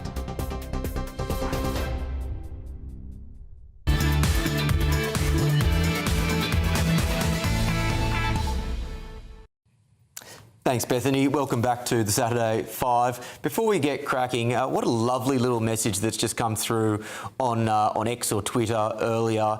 It's a happy 5th birthday to GBNews. If we can get this up, I think everyone here was quite touched by what we read. Renee, do you have it in front of you? Because my eyes are failing me as I'm getting a tad older. Do I do? I've got it. No, sorry. Says. Oh, sorry. You go. Okay, it's from GBN Updates. It's a fan account. It was just meant to be. GB News will hit its 5th birthday on a show called The Saturday 5 with 5 presenters. The channel launched at exactly 8 p.m. 5 years ago. What a lovely message. Thank you very much, guys. For anyone who is not as terminally online as we are, GBN Updates, just two fans who volunteer their time to update people on what's going on GB News, to get excited around the channel. We can't thank you enough for all the effort and time you put in. We greatly appreciate it. And of course, one of many fan communities and groups that takes this from being a news channel to being a family. Whether it be the We Love GB News Facebook page, the Patrick Christie's Appreciation Society. There are so many of them. We've all worked across several media organisations. None of them have things like this to the same extent, where again, it creates a sense of community for people to actually share their ideas, to come together. That is what makes the People's Channel what it is. So to everyone who is not on the TV every night, who supports us on our 5th birthday, thank you ever so much. Trey, what have you got coming up for us? Well, it has been quite a sad week, to put it mildly. So what happened in Belfast was absolutely horrific. A man was brutally attacked in the street, and nobody should minimise that. But what happened next should really worry us all, because that wasn't justice, it was collective punishment. Northern Ireland has been described by academics as one of the most dangerous places in Europe for women. Just last week, a man was sentenced for the brutal murder of his pregnant partner, Natalie McNally. But nobody went around burning white families out of their homes because of what he did. Nobody chased innocent people through the streets because they share the same skin colour as the killer. Yet after footage of the Belfast attack spread online, far-right voices demanded action. Misinformation spread like wildfire, and innocent people paid the price. A terrified nurse on her way to save lives at the local hospital was chased by masked men because of the colour of her skin. Children were burned out of their homes. It was racist thuggery fanned by online agitators. Yes, sure we need an actual conversation about immigration, but if we abandon individual responsibility and embrace collective blame, we will all get caught up in the ensuing flames. Renee. I mean, look, let's start by saying that nobody wants to see scenes of violence. Nobody wants to see children and families or nurses being chased or their houses burnt. But your whataboutery there in that a man murdered his pregnant women. Firstly, the most dangerous time for a woman when she is going to be a victim of domestic violence is when she is pregnant. Sadly, Trey, I can tell you that pregnant women being beaten up, abused and murdered by their partners is not new. Of course it's not. And it's wrong. But what you are doing once again, and it's what everybody who has tried to minimise what's going on right now is doing, is ignoring the undercurrent, ignoring what has made people so angry and what has made them so angry. And Ireland has been a problem for quite some time with immigration. This is not the first riot in Ireland over immigration. Last summer, every single night they were going on. People are sick and tired of watching themselves, let me finish, watching themselves live in circumstances which they don't enjoy, being poor, not getting jobs, not getting doctor's appointments, not going to be able to see a dentist, not being able to get their children into a school near them, because mass migration at the speed that it has happened has ruined everything that was already bad anyway. Yeah. That's what we need to talk about. Yeah, look, I agree with Renee. Emma, no one who is sensible is condoning violence, but at the same time, it can be understood as a very human reaction after time and again you are ignored by people and you feel eventually you crack and you feel that violence is the only recourse. Yeah. That's not right, but it is a very human response. In social media or not, in Ireland, I mean, Northern Ireland is a real tinderbox. It still has serious sectarian divisions. There are still paramilitaries in Northern Ireland. So, you know, it would be a perfectly, I imagine from the perspective of police forces there, that it's a perfectly, you know, the sort of thing that they would expect to happen. And it's not just about, you know, the other issues around migration to do with jobs or schools or using health services or whatever. It's also about the cultural side of this, because that is so important in Northern Ireland, in an area that is, as I said earlier, already riven with sectarian divisions. And it is like shoving more tinder into the tinderbox. So I just want to push back a little bit on that. And first, let's just say, as far as the police, because none of the paramilitary forces were involved in any of this. These were young youths. The majority of people in Belfast are decent, law-abiding citizens. How do you know? They had full-on masks. They had masks on their faces. Because it was a minority. There's more people on this march anti-racism than there was on this. That's not wait, let me just say something. So you guys are missing the point. I'm talking about collective punishment bit, i.e., if I happened to be in Belfast, I could have been stopped by a mob saying, where are you from? Prove where you're from, and I could have been attacked. It's the collective. We've spoken about Jews getting attacked for things that are happening miles away with the Israeli government. Collective punishment is always wrong. It doesn't matter we're not disagreeing with you. We're disagreeing with you, but you're not But that's what I'm talking about. You can't say that's what I'm talking about. Therefore, I don't want to address your point over there. Your point about people being upset and angry is valid. I'm not saying that whatsoever. I'm talking about a random nurse on her way to save life is targeted. Children's homes is being burnt down because they look. People's addresses were put online because they happen to have the same colour as the perpetrator. Guys, wait, think about this. So every time someone does a crime of a certain colour, is it okay to attack anyone of that race? No, that's the thrust of my argument. I'm not saying people shouldn't be angry. So we're agreeing with your argument. So should we now talk about what's made people so angry? Can I just correct a point, because you mentioned paramilitaries and you said, you know, they're not involved in this. But the point that I'm trying to make there is that Northern Ireland still has an ongoing sectarian issue that is obviously going to be aggravated if you have uncontrolled immigration from other cultures on the scale that they've seen in Northern Ireland. I mean, the scale is huge. Kai, we haven't heard from Kai. So the point is that there is already a history of violence there. Kai? I've been really frustrated by this debate this week because I think the left, I agree, doesn't do any favours trying the whataboutery, but equally many on the right sort of like to really dismiss completely the potential impact in future of the fact that misinformation and yes, some far-right agitators are able to amplify certain causes online. I don't really know that that's what happened here. I think it's mainly local grievances in response to a horrific act. But we know that it will in future have an impact. And also, I think the right just loves to just try and pretend like it has no responsibility, and that words and the limits of what's acceptable and how we talk about people and how we conduct public discourse. I really think that the right has forgotten that does have real-world impacts. It wants to forget it, but it really does. It's actually very hard to ever prove that words have led to actions. Yeah, exactly, and that's what people hide behind. Exactly that. However, that's just a statement of fact.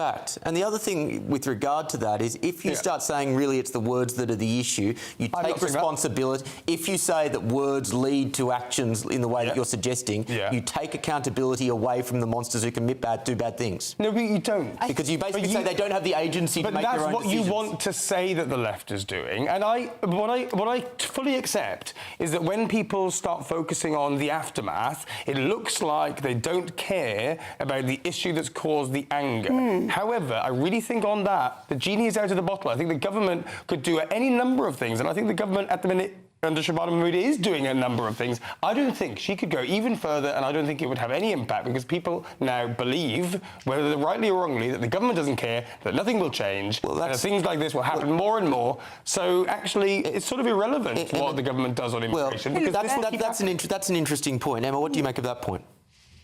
Which specifically? Basically, it doesn't matter what they do. Renee, you go. My answer to that is that this week in the House, when an MP not in the government raised, do we want to import these alien cultures, Hilary Benn slapped him down like a fly for using the word alien culture. So are they embracing the conversation? I would say they're absolutely not. I think everything they've done and said this week shows they don't want to talk about it. And the other thing I worry about is that the focus on the aftermath, the focus on the platforms and the outrage, gives the left a fig leaf to say, actually there is no anger out there. Just like they said in United Kingdom, they're all far-right thugs. And it gives them an easy way out, not to tackle the issue. And I think some left-wing politicians take that easy way out. I think the issue is this. Look, listen, everyone can agree that immigration was overdone. That's fine, we can agree. But wait, I didn't interrupt you, Dr. Rennie, and apologies for every time I did interrupt you. I am sorry about that. When I was 16 years old, I was punched in the face and I was called, I won't even tell you what it is because you can't say it on TV. This was by the Grand Union Canal, by three skinheads, and one of them wanted to push me into canal. 16 years old. Thank God one of them had wisdom, and I remember running home. And when I think about these people equally who are running the gauntlet of being attacked, that's what I'm talking about. Surely we can have a conversation about immigration, but we can all rightly condemn the fact that people are being targeted because of the colour of their skin, because of some sort of collective responsibility. We have condemned it. To be clear, ladies and gentlemen, we condemn violence in all of its forms. You're just repeating yourself. But again, you're not getting the actual emotional impact on people who feel terrified to come out of their house. It's the collective side of it. You won't get that. So maybe this will make it a bit clearer, because I think that footage of Hilary Benn in Parliament really got to the nub of what makes people so angry. We've got that footage. Let's have a look. But what I want to know, and what I know my constituents want to hear, is what will be done to stop the importation of an alien culture that thinks it's appropriate to try and behead someone within the United Kingdom. I'm sorry that the honourable gentleman used the word alien culture, because what exactly is he referring to? This is what makes people so angry, Emma. We can rightly condone violence, but at the same time be infuriated that they're not talking about the violence, they're getting worried about supposedly hurty words, and that's what their focus apparently is. It's the same disingenuous deflection that we've seen time and time again, and this is why people are getting so angry. And the point that I've been trying to make throughout is that, you know, the successive governments, not just this government, the Conservative governments as well, have created this explosive situation, have allowed the boiling point to reach this level, and now people are really angry about it. I mean, we've been talking about the case in Belfast. There was a case back in 2023, another case of a beheading. That was someone who was attacked because they were gay. Lee Rigby. And Lee Rigby as well. I mean, we have seen so many examples, and the frequency seems to be getting more and more. The same thing when it comes to rapes. It seems to be, you know, every week or so there is another serious case that is. People are scared. They are feeling upset. And hang on a second. You're interrupting. Apologies. And you know, people see this kind of deflection. They see the deflection onto talking about social media. They see all these different deflections, anything other than to talk about the issue. And the issue is that these are crimes that would be prevented if we had a border. Oh, God, sometimes it's really hard with this, right? Because you're not getting it, right? So how far would you go back with this border in terms of crimes that could be prevented? So someone who's second generation, you'd go back and not let them in. I don't think you guys... Look, listen, when I talk about a far-right future... This is what I talk about. A far-right future, it starts with, let's scapegoat one demographic and blame everything on them. We saw it in the 1930s, you saw it in Rwanda, you saw it in places where people are then used as a scapegoat. There are a myriad of reasons why people are poor. There are lots of reasons why people are poor and they're suffering. Kai even alluded to that when we spoke about billionaires. The gap between the haves and the have-nots is absolutely huge. To distill all of that down to migrants and then fan the flames to the point that if someone saw me walking down the street, Trey's just as guilty because someone that looked like him attacked someone. Let's attack him. Do you think that opinions on migrants in the country in 2026 are equivalent to the way that Jews were considered in the 1930s? This is what I think. I think that it's very easy for interested parties to fan the flames and blame one group for the economic woes of everybody, and we see it happening. That is an equivalent. I'm not saying there is anyone in government, whether it's Restore, whether it's Reform, that is calling for that at all whatsoever. But if we're not careful, we're going to go down a road that is going to be where everyone's getting round up because they're seen as the other that's causing pain for everyone else. So sort it. Well, let's do it. That's what we do. I think so sorted is a good place to leave it now. But of course, ladies and gentlemen, for better or worse, this conversation isn't going away. Well, you know what's coming up from Renee. I didn't get a euphemism in just then, unfortunately. Renee, what have you got coming up? You know what, Will? It would take a massive policy for me to vote for the Greens, but I think I found it. They want to stop people chopping the foreskin off of babies. Tune in after the break.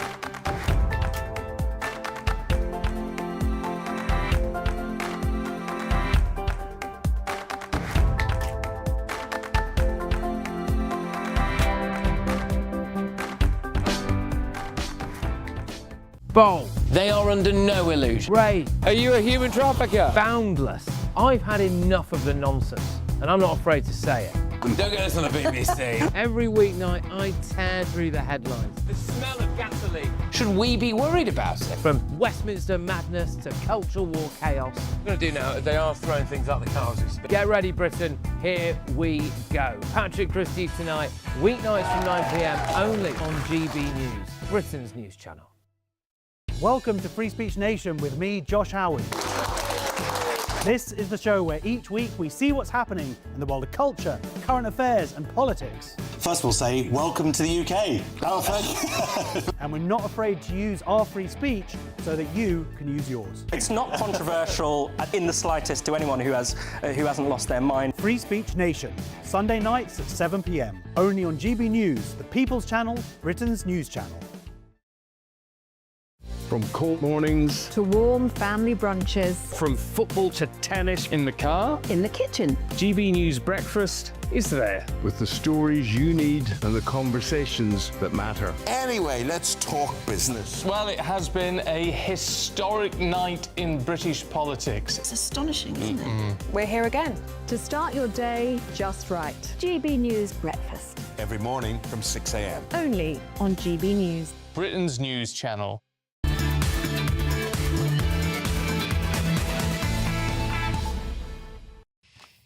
Welcome back to the Saturday 5. Sometimes I do wonder whether it is harder to facilitate this show when it is off air or whether it is off air. I think it's about it's equally difficult. All right, now it's time for our next debate, and I'm going to I'm going to throw it to Renee. Right, so it is time for us to stand up for foreskins of little babies. The Greens want to ban circumcision. For decades, we've looked the other way as baby boys, just days old, have had their foreskins removed for no reason whatsoever other than culture/religion. Imagine if we removed a healthy part of a little girl's genitals for cultural, religious or social reasons. Oh, wait, we did do that and we've made it illegal. But when it comes to boys, just silence, it's deafening. Too many doctors, politicians and community leaders won't say it. Healthy children should not be subjected to irreversible genital mutilation they certainly didn't choose nor need.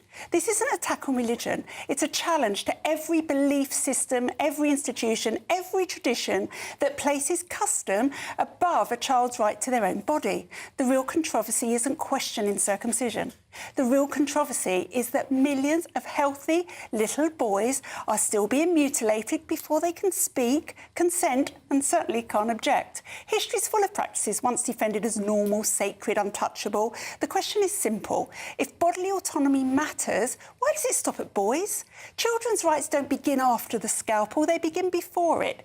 And the longer we refuse to confront that fact, the more our silence becomes the harm. Stand up for foreskins. OK, so there's two things I think we need to discuss here. Number one is the actual issue itself, and then it is why may the Greens be coming up with this policy? It's very And then some puns. And then some puns to add in. Some dodgy sexual innuendo. You sit in the corner quietly for now and you think of the puns whilst we work out that. So let's start with the actual issue itself. And Emma, don't accuse me of misogyny, but I think it is right to go to the men first. Yeah. Trey, what do you make of this? I think there's absolutely nothing wrong with circumcision. About 20% of young boys have it. I've definitely been circumcised. I can happily say that out loud. So much information. And it's I was wondering if any of the gentlemen on the panel would just come out with it. I think it's, for a lot of African cultures, I know a lot of Jewish cultures, a lot of Muslim cultures, there are lots of cultures that circumcise their boys. And as far as I know, for the majority of men, it doesn't cause them any issues whatsoever. I think it's freedom of choice for parents. There are other things that parents do sometimes. Unless you can show absolute evidence that it mutilates young boys, you know, mutilates in a way where it's non-functioning for a lot of... Right. I know lots of people... So it definitely can cause hemorrhage infection. Right. Hemorrhage infection. It can cause stenosis so that they can't pee properly. It can cause adhesion so it's painful for them, loss of sensation and sensitivity.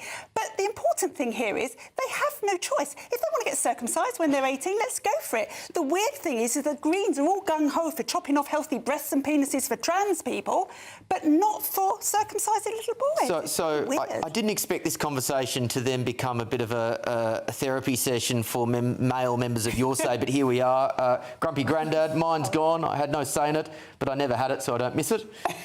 Fen Settle.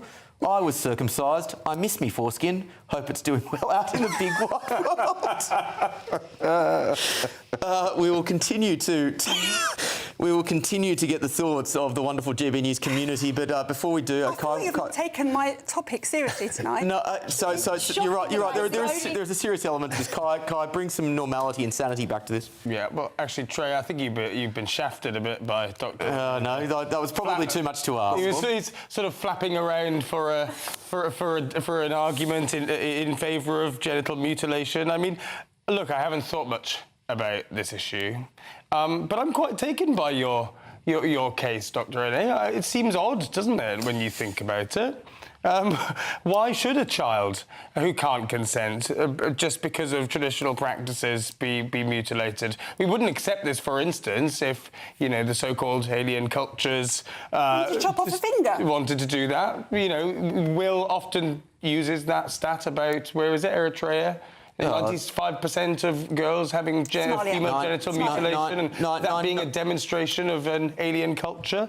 Well, it's odd that so we've got 2.5 minutes, and I think Pseudo Mass is right, saying let's not talk about circumcision. Let's talk about why the Green Party are doing this. Emma, why are the Green Party doing this? Well, it is an interesting one because it doesn't play to either of their obvious demographics, because on the Muslim vote, Muslims are circumcised, so I don't see how they think that's going to go down well with that. Thank you very much. Sorry. Going to go down very well with that particular part of the electorate. But also on the other side, as you've rightly pointed out, there's a consistency issue here. Because since when did the Greens care about children being able to consent to irreversible medical procedures? Well, this is the thing. This is the elephant in the room, ladies and gentlemen. What they're effectively saying is it's completely acceptable and indeed should be celebrated with flags and parades to chop the whole thing off, but chopping a little bit off should be banned. But that doesn't make sense. So bad faith, because we are talking about children who can't consent in the case of circumcision, unless they wait until they can consent, in which case, hurrah, get it chopped off, I don't care. And we're talking about... What, at most teenagers who are in your telling being tricked into chopping off their bits? Under the law, there are plenty of things that we say that kids under the age of 18 can't consent to. They can't consent to. Fine, but that's a different discussion. Also, we're not having that discussion when we're talking about kids. It's disingenuous because the Greens are all gung-ho for giving 10-year-olds puberty blockers, and a 10-year-old boy, let me tell you, who takes a puberty blocker will not grow a penis in the way that he should, and he'll end up, should he change his mind, permanently disfigured for life. So there is a consent issue here. They do let 10-year-olds consent to things that they possibly can't consent to. We do need to get to the Greens party spokesperson who said our policy working groups are made up of members who work autonomously on policy exploration and formation projects. This is not party policy. The only way for anything to become party policy is through a vote at a conference. Well, I'm sure there'll be testes out their theory at the conference. Noted, Kai. Still to come tonight. It was a day of pomp and ceremony as we marked the King's official birthday with Trooping the Colour. This really is the best of Britain. Don't go anywhere. You're watching the Saturday 5 on the People's Channel, GB News.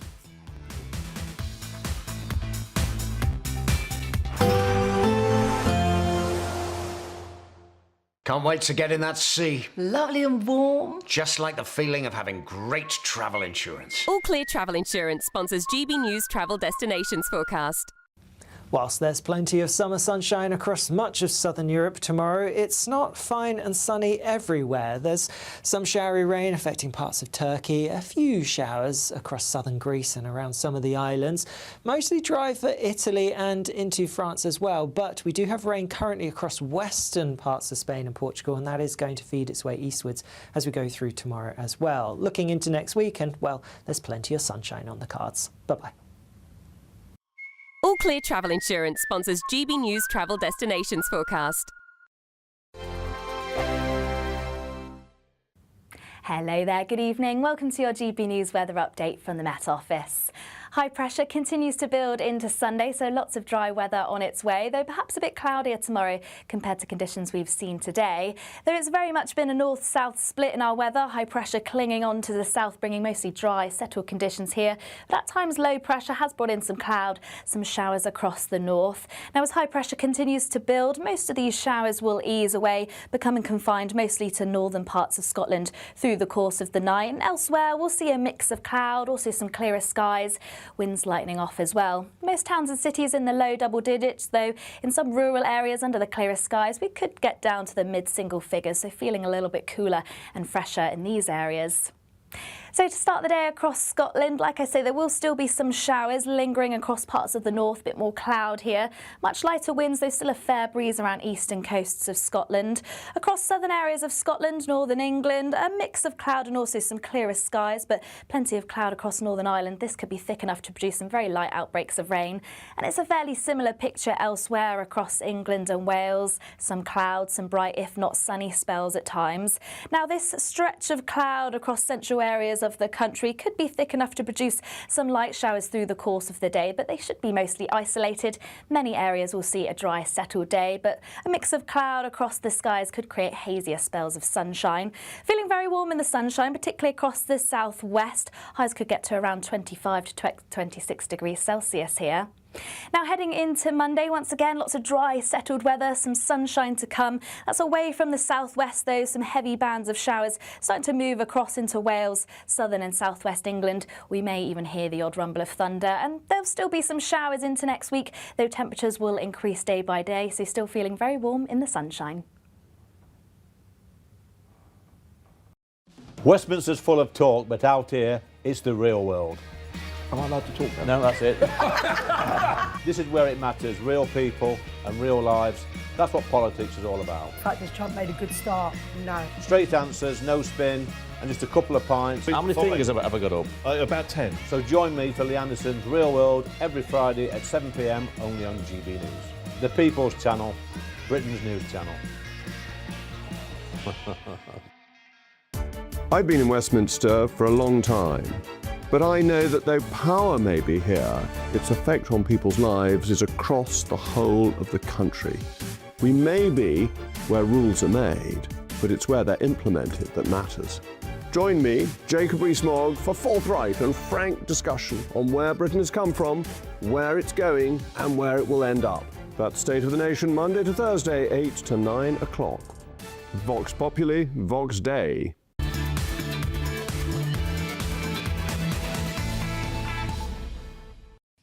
Welcome back to the Saturday 5. Keep getting in touch, gbnews.com/your say. It's fair to say that our previous discussion has set off a firestorm of a conversation, perhaps unlike anything else we've ever seen on this show. Renee, do you have any thoughts you want to share? We've got so many comments, but Gary Back says circumcision must be the choice of the individual unless there is a real medical reason, which of course sometimes there is. Everyone should have bodily autonomy. Some religions perform this, but the baby has no chance to choose that religion. It's forced on him. Mutilation of children for no reason should be banned. Here, here, in all forms, I would say. Cat Cross says, I don't think anyone should chop bits off babies when they're adults and can consent, then it's OK. But then again, Worried Retiree says, sorry, Renee, don't agree. You cannot compare FGM and circumcision. Yeah. It's just a foreskin. It's not mutilation. We have been discussing this during the break, and I do think it is a false analogy because female genital mutilation basically means not being able to derive sexual pleasure as a woman after, or considerably less, in a way that is not the case for a man. It doesn't have a functional impact in the same way. For some men it is. Some men say they lose sensation and sensitivity. But I think it doesn't matter because where do you draw the line? As we said before the thing, if we suddenly said that for my religion, I wanted to chop, you know, the end of someone's nose off, a baby's nose off, so that they're blunt, that would not be acceptable. No, but before we go any deeper on this, let's move on. I think didn't really work, did it? The country I think the day job. Thank you. Let's go on. I think to more admirable and noble conversations, and that is that the country has come together today to do what it does best: a majestic display of pomp and ceremony. Members of the royal family joined thousands of spectators for the traditional display of pomp and pageantry. To discuss this, I am delighted to welcome royal biographer and commentator Ingrid Seward. Ingrid, lovely to have you with us on the Saturday 5. Take me through the events of the day, the atmosphere, the vibe. Paint a picture for me. Well, the picture is that the colour being trooped today was the Grenadier Guards, and that is they're one. I'm not going to be too complicated. They are one of the 7 divisions of the household divisions. So sorry, that's rather bad, but you know what I mean. When I say troop, it means carry. So I'm just going to explain just very briefly. They used to carry the flag in battle so that the troops could see where they were to rally. And basically, this is a ceremony reenacted around that. And then, of course, the highlight is, as you've just seen, the fly past. And seeing the whole royal family come along the Mall in their carriages and on horseback.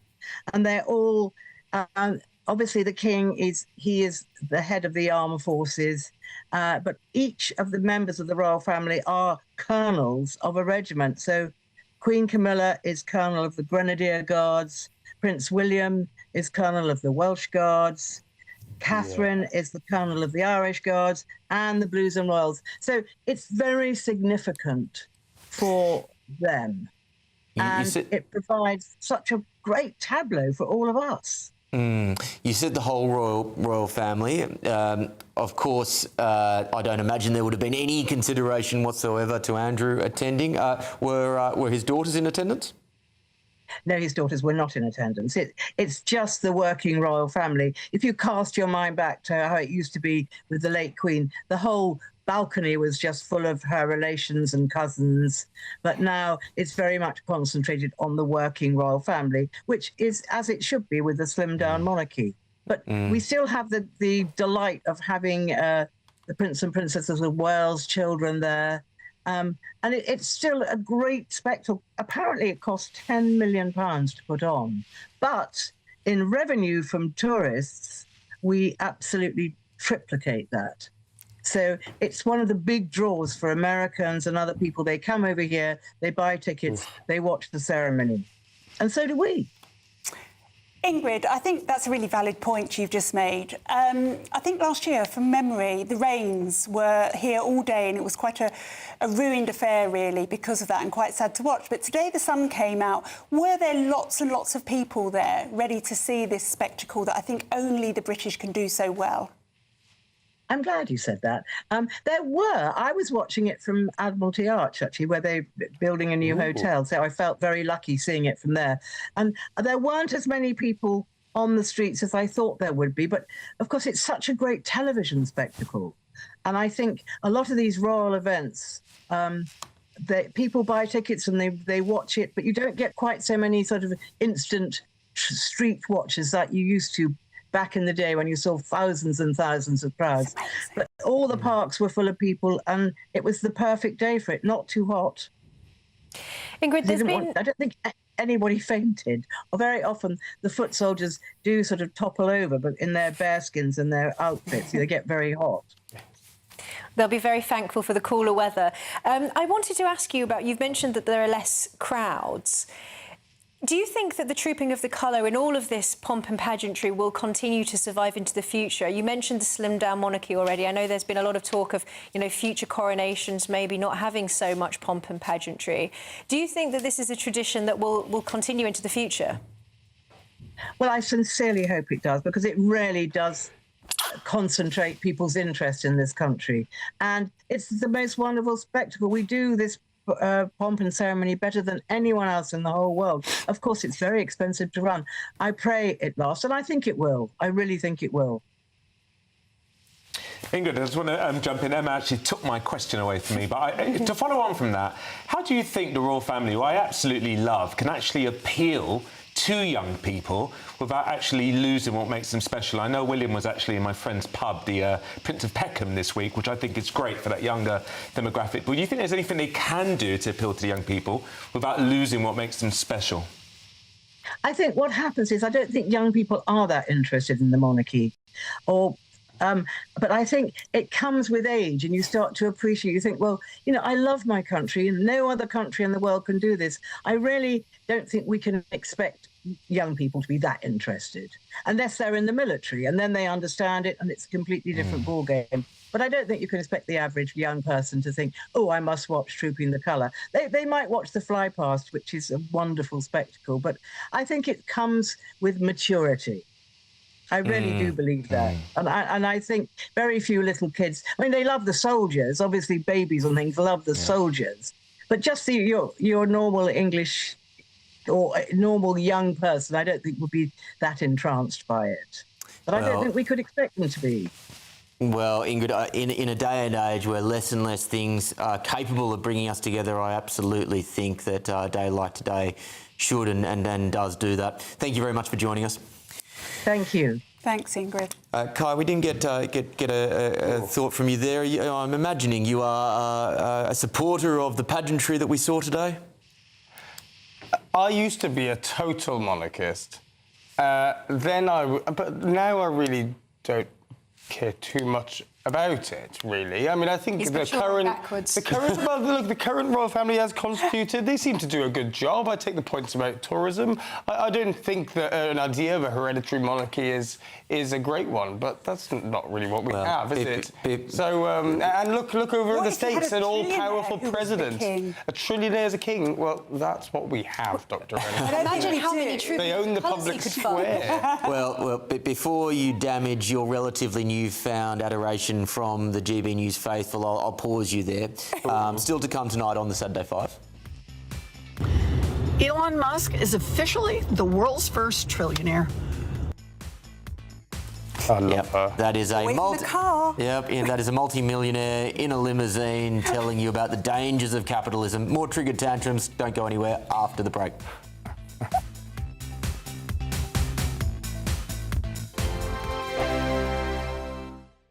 Sunday with Michael Portillo from 11, only on GB News. You're a stripper for nearly 20 years now, and what you do now has changed. How has it changed and why? I think beforehand they would book you individually. There would be a lot of stripograms, and that would be bookings for like birthdays, hen parties, and ultimately you would probably be around their house or something like that, or in a small bar. What it's kind of moved into now is more shows. Dream Boys, it's really popular. It's up and down the country, and what you'll find is they'll get 20, 30 girls together and they'll go out and they'll go to the show because they've got the drag queen, they've got the dancers, they've got the stripper, they've got the whole night's entertainment. Is that because they feel uncomfortable with a stripper, or is it a woke thing? Is it they're concerned about objectifying you because they don't objectify themselves, so why should you be objectified? I think it could be possibly a bit about... some of them might think if we get them around the house, there might be a person that's uncomfortable with it. Whereas if they book the show, you're free to go to the show or not. GB News, the People's Channel. GB News Breakfast, every day from 6 a.m. Princess Anne and the way that she has brought up her family is really interesting, isn't it? Because, you know, you've got daughter and son who've not taken on royal titles, who've just got on with their lives. I think now, in retrospect, we can say it was an inspired decision of the Princess Royal, Princess Anne, not to have her husband receive a Grand Peerage title, which meant, of course, that her children would just be plain Mr. and Mrs. Zara is Mrs. Tyndall, he is Mr. Phillips, and that's allowed them actually to have a much more normal life, not being in the necessary glare that attaches when you have the HRH prefix to your name and become a duke or a duchess or whatever. And yes, they have had great lives in the private sector. GB News, the People's Channel. This is GB News, Britain's news channel. Dorothea served in preparation for D-Day. And Dorothea, how does it feel being here today, joining other veterans? We suddenly felt that it had been worthwhile giving up our youth, our years as teenagers. No such things existed. You were a child until you were 14 or 16, depending on the year. And after that, OK, you're fit to be killed for the country. And it was naturally assumed that everybody would willingly do their bit for England. And they would have. GB News, the People's Channel.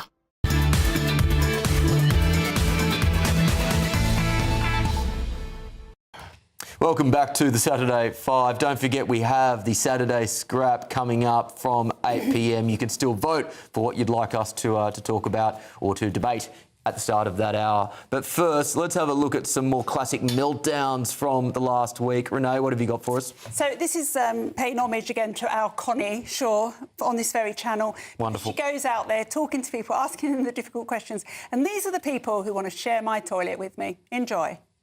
You don't seem to understand what a transsex... Why, you can explain it to me. Yeah, you transition from one sex to another. You can't change. How do you do that? Gender reassignment surgery, hormone therapy. But that can't change your sex, can it? Because your sex is in every cell in your body. My sex was turned inside out by surgeons, buddy. What I liked about that is she then went on to say, but you are clearly a man. You look like a man to me, because he does look like a man. And it's just, we're supposed to not believe what is in front of our eyes. That's in front of our eyes. It's interesting, Emma, because I think that's a really revealing conversation, because it just goes to show two people speaking on parallel tracks, and you have one who just refuses to engage with the core concept, the logic of the other. That's why I don't think we'll ever have complete... this conversation will never be settled, because there's one side that will not engage with the other, I think, in a good faith way. It's always the case with ideology. You just simply can't resolve it with reason, because people are sort of stuck within their own little circles and they just keep going round and round, and there's no contact between the ideological worldview and its, you know, opposing worldview. I don't think it can be resolved. I think hopefully it's a fad that will eventually just peter out. Well, in addition to that as well, and I've heard Helen Joyce say that particularly the parents of children who have been transitioned will be the hardest ones to try and, you know, turn, because if you actually had to come to terms with the fact that you had irreversibly mutilated and damaged your own child, you wouldn't be able to live with yourself. So I imagine, and someone like a Helen Joyce will say, they will just double down and double down and double down. There's so little evidence to suggest that that is going to be the case, Will. The regret rate is so infinitesimally low. Please, right. And there is a way, because you've all spoken, there is a way for these to be reconciled, and I think where it lands is, I accept there's a common sense solution on some of the areas where rights have come into conflict. I think we're getting to that point, things like sports, things like single-sex spaces, but where we need to get to is a place of respect where fundamentally people like yourselves can accept that there's been gender fluidity in many different constructions of gender for thousands of years. It's not a passing fad, and that a reasonable, polite society can find a way of accepting that what somebody tells you that how they identify matters, and that we should respect it. I think that's what we've lost. Okay, so how someone wants to be seen is entirely up to them. I have no problem with that. You will not ever get me to say that. No, let me finish now. You will do. That someone can change their sex. They cannot, and I will never accept that, because it's biologically incorrect. However, your regret stat is a nonsense, and it's actually proving itself now to be a nonsense. I'll tell you why it's a nonsense. And actually, I have evidence of this in my practice. When somebody regrets what they've done, to admit to that trans community that they are regretful, they get absolutely rejected, vilified and outcast. They then have no one, because it was their family. They often change doctors. There's no follow-up. The Tavistock did not follow up 10,000 children, OK? 10,000. There's no follow-up. They go elsewhere. So the regret stat is a complete and utter nonsense. And we are now seeing in the States lawsuit after lawsuit coming through from detransitioners. Now, for detransitioner is not a regret, and I ask you to go onto Rich's site on X and just read that detransition story. If that is not regret, Kai, I don't know what is. If loads of cases come out in the next few years in this country that show that, I will stand corrected. However, let me just propose to you that given many of the mainstream papers and channels in this country are anti-trans, we would have found it already if they were out there. We are finding it. Yeah. Haven't seen it. It's everywhere, Kai. I think the premise of what Kai said is right, though. I think we should have compassion for people who want to identify how they want to identify and accept that. But you didn't have compassion for me last week when I wanted to be disabled, did you? This is, again, you talked about false equivalence. What about, Tree? My case. All right. On that, let's all be nice and kind to each other. Note, Emma, what have you got for us? Someone who wasn't being particularly nice and kind to Elon Musk. Let's take a look at what Elizabeth Warren had to say. Elon Musk is officially the world's first trillionaire. Think about that. We're living in a time when more and more people are just hanging on by their fingernails to survive in this economy. And Elon Musk has more money and more wealth than anyone in human history. I want to be clear. This is not just some fluke. It is a feature of a rigged economy. Rigged in her favour as well, then. Oh, She's not a trillionaire. The fact that she's doing it from a chauffeured limousine is just incredible. This is a woman who is on the left of the Democratic Party, which means she's pretty left, and yet at the same time she's worth $8 million US. And by the way, you do not get to $8 million US just off a Congress salary. So I'm so sick of these types of champagne socialists who are very happy to rake in the money off the capitalist system, but then decry capitalism at the same time. Also, they're always so bad at stats, because to say, think about that for a moment, he is now richer than anyone else in the world. Well, there will always be one person who's richer than anyone else in the world, always. Yeah, that's a good point. There is actually... Will, as you know, every congressperson gets a chauffeured car to drive them around. Yeah. Have you been to Washington, D.C.? They're all in them. Yeah, that's not my point, Kai. My point is not every congressperson then basically talks about the evils of the capitalist system when they're in those chauffeured limousines. If the economy is rigged, it's rigged in Elizabeth Warren's favour. Not decry the evils of the capitalist system, because it's a stupid argument. What on earth? So because she's in a car that is there for her safety, she should reject all of the beliefs that she's in Congress for, representing people. What about the fact that she's worth $8 million? You're total nonsense. You'd make a terrible politician. It's a big difference, though, between... What if people disagree with you? What about the fact that she's worth $8 million? She's not hanging on by a... Well, she's written 12 books, hasn't she? One of the most famous politicians in the States. Many of people... So she's earned it? Yeah. Well, she's written books.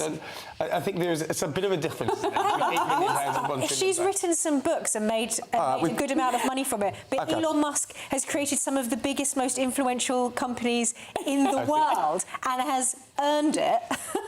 Before we go, all right, I'm wrapping this up. Before we go to the break, this is the 5th birthday of GB News, and I've asked the panel to think through what are their favourite GB News memories. Emma, what's your favourite GB News memory in under a minute? My favourite memory is actually before the channel launched. We were here in this room on the breakfast desk, and I remember doing the rehearsals for the channel before some of the walls were even up, and before all of the sort of cables were where they're supposed to be, and it was just beautiful to see, you know, GB News in its infancy and and to see it grow into what it is today. It's just I look back on that as a real treasured memory. It is a lovely meeting, and it has grown not just into a community, it has grown into Britain's #1 news channel. It is an extraordinary story. Go on, Kai. I was just going to say, that's quite a humble brag, Emma. that is quite impressive that you were there right before the founding. That's amazing. Are you, when you was there a feeling in that room at that time that it would get to where it is now? There was a real determination. I mean, people, it felt like a family. You know, it still feels like a family. It's just a much bigger family now. And there was a real sense that of moral mission. You know, that this is something that is needed for the British public. Agreed. Well, you know, we're going to continue that moral mission in our 3rd hour. Stay with us.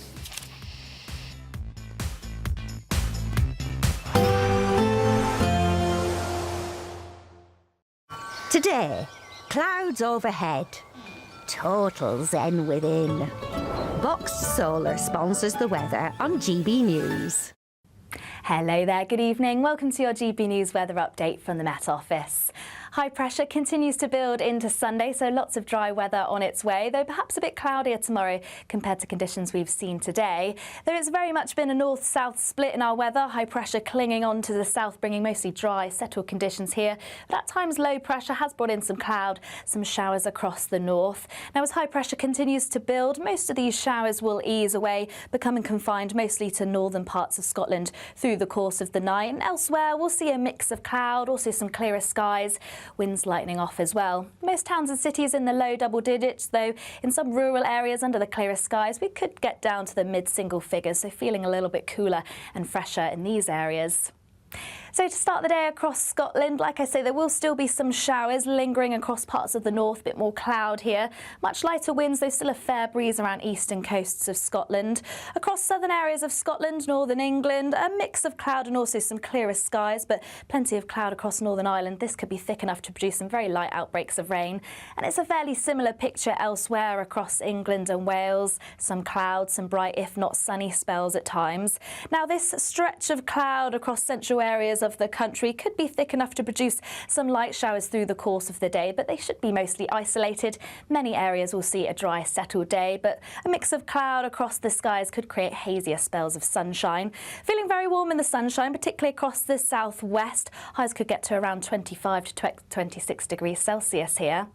Now, heading into Monday, once again, lots of dry, settled weather, some sunshine to come. That's away from the southwest, though, some heavy bands of showers starting to move across into Wales, southern and southwest England. We may even hear the odd rumble of thunder, and there'll still be some showers into next week, though temperatures will increase day by day, so still feeling very warm in the sunshine.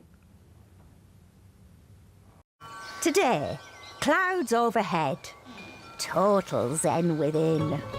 Box Solar sponsors the weather on GB News. There's just 2 weeks left to grab a chance to live the summer of your dreams. With a totally tax-free £76,543.21 in tax-free cash to be won. Someone really has to win it, and it could be you. For a chance to win, text cash to 63225. One entry costs £2.50 plus one standard network rate message. Or text bonus to 63225. 5 entries cost £5 plus one standard network rate message. Go to gbnews.com/win. Entries start at £2.50. Call 0903 686 323.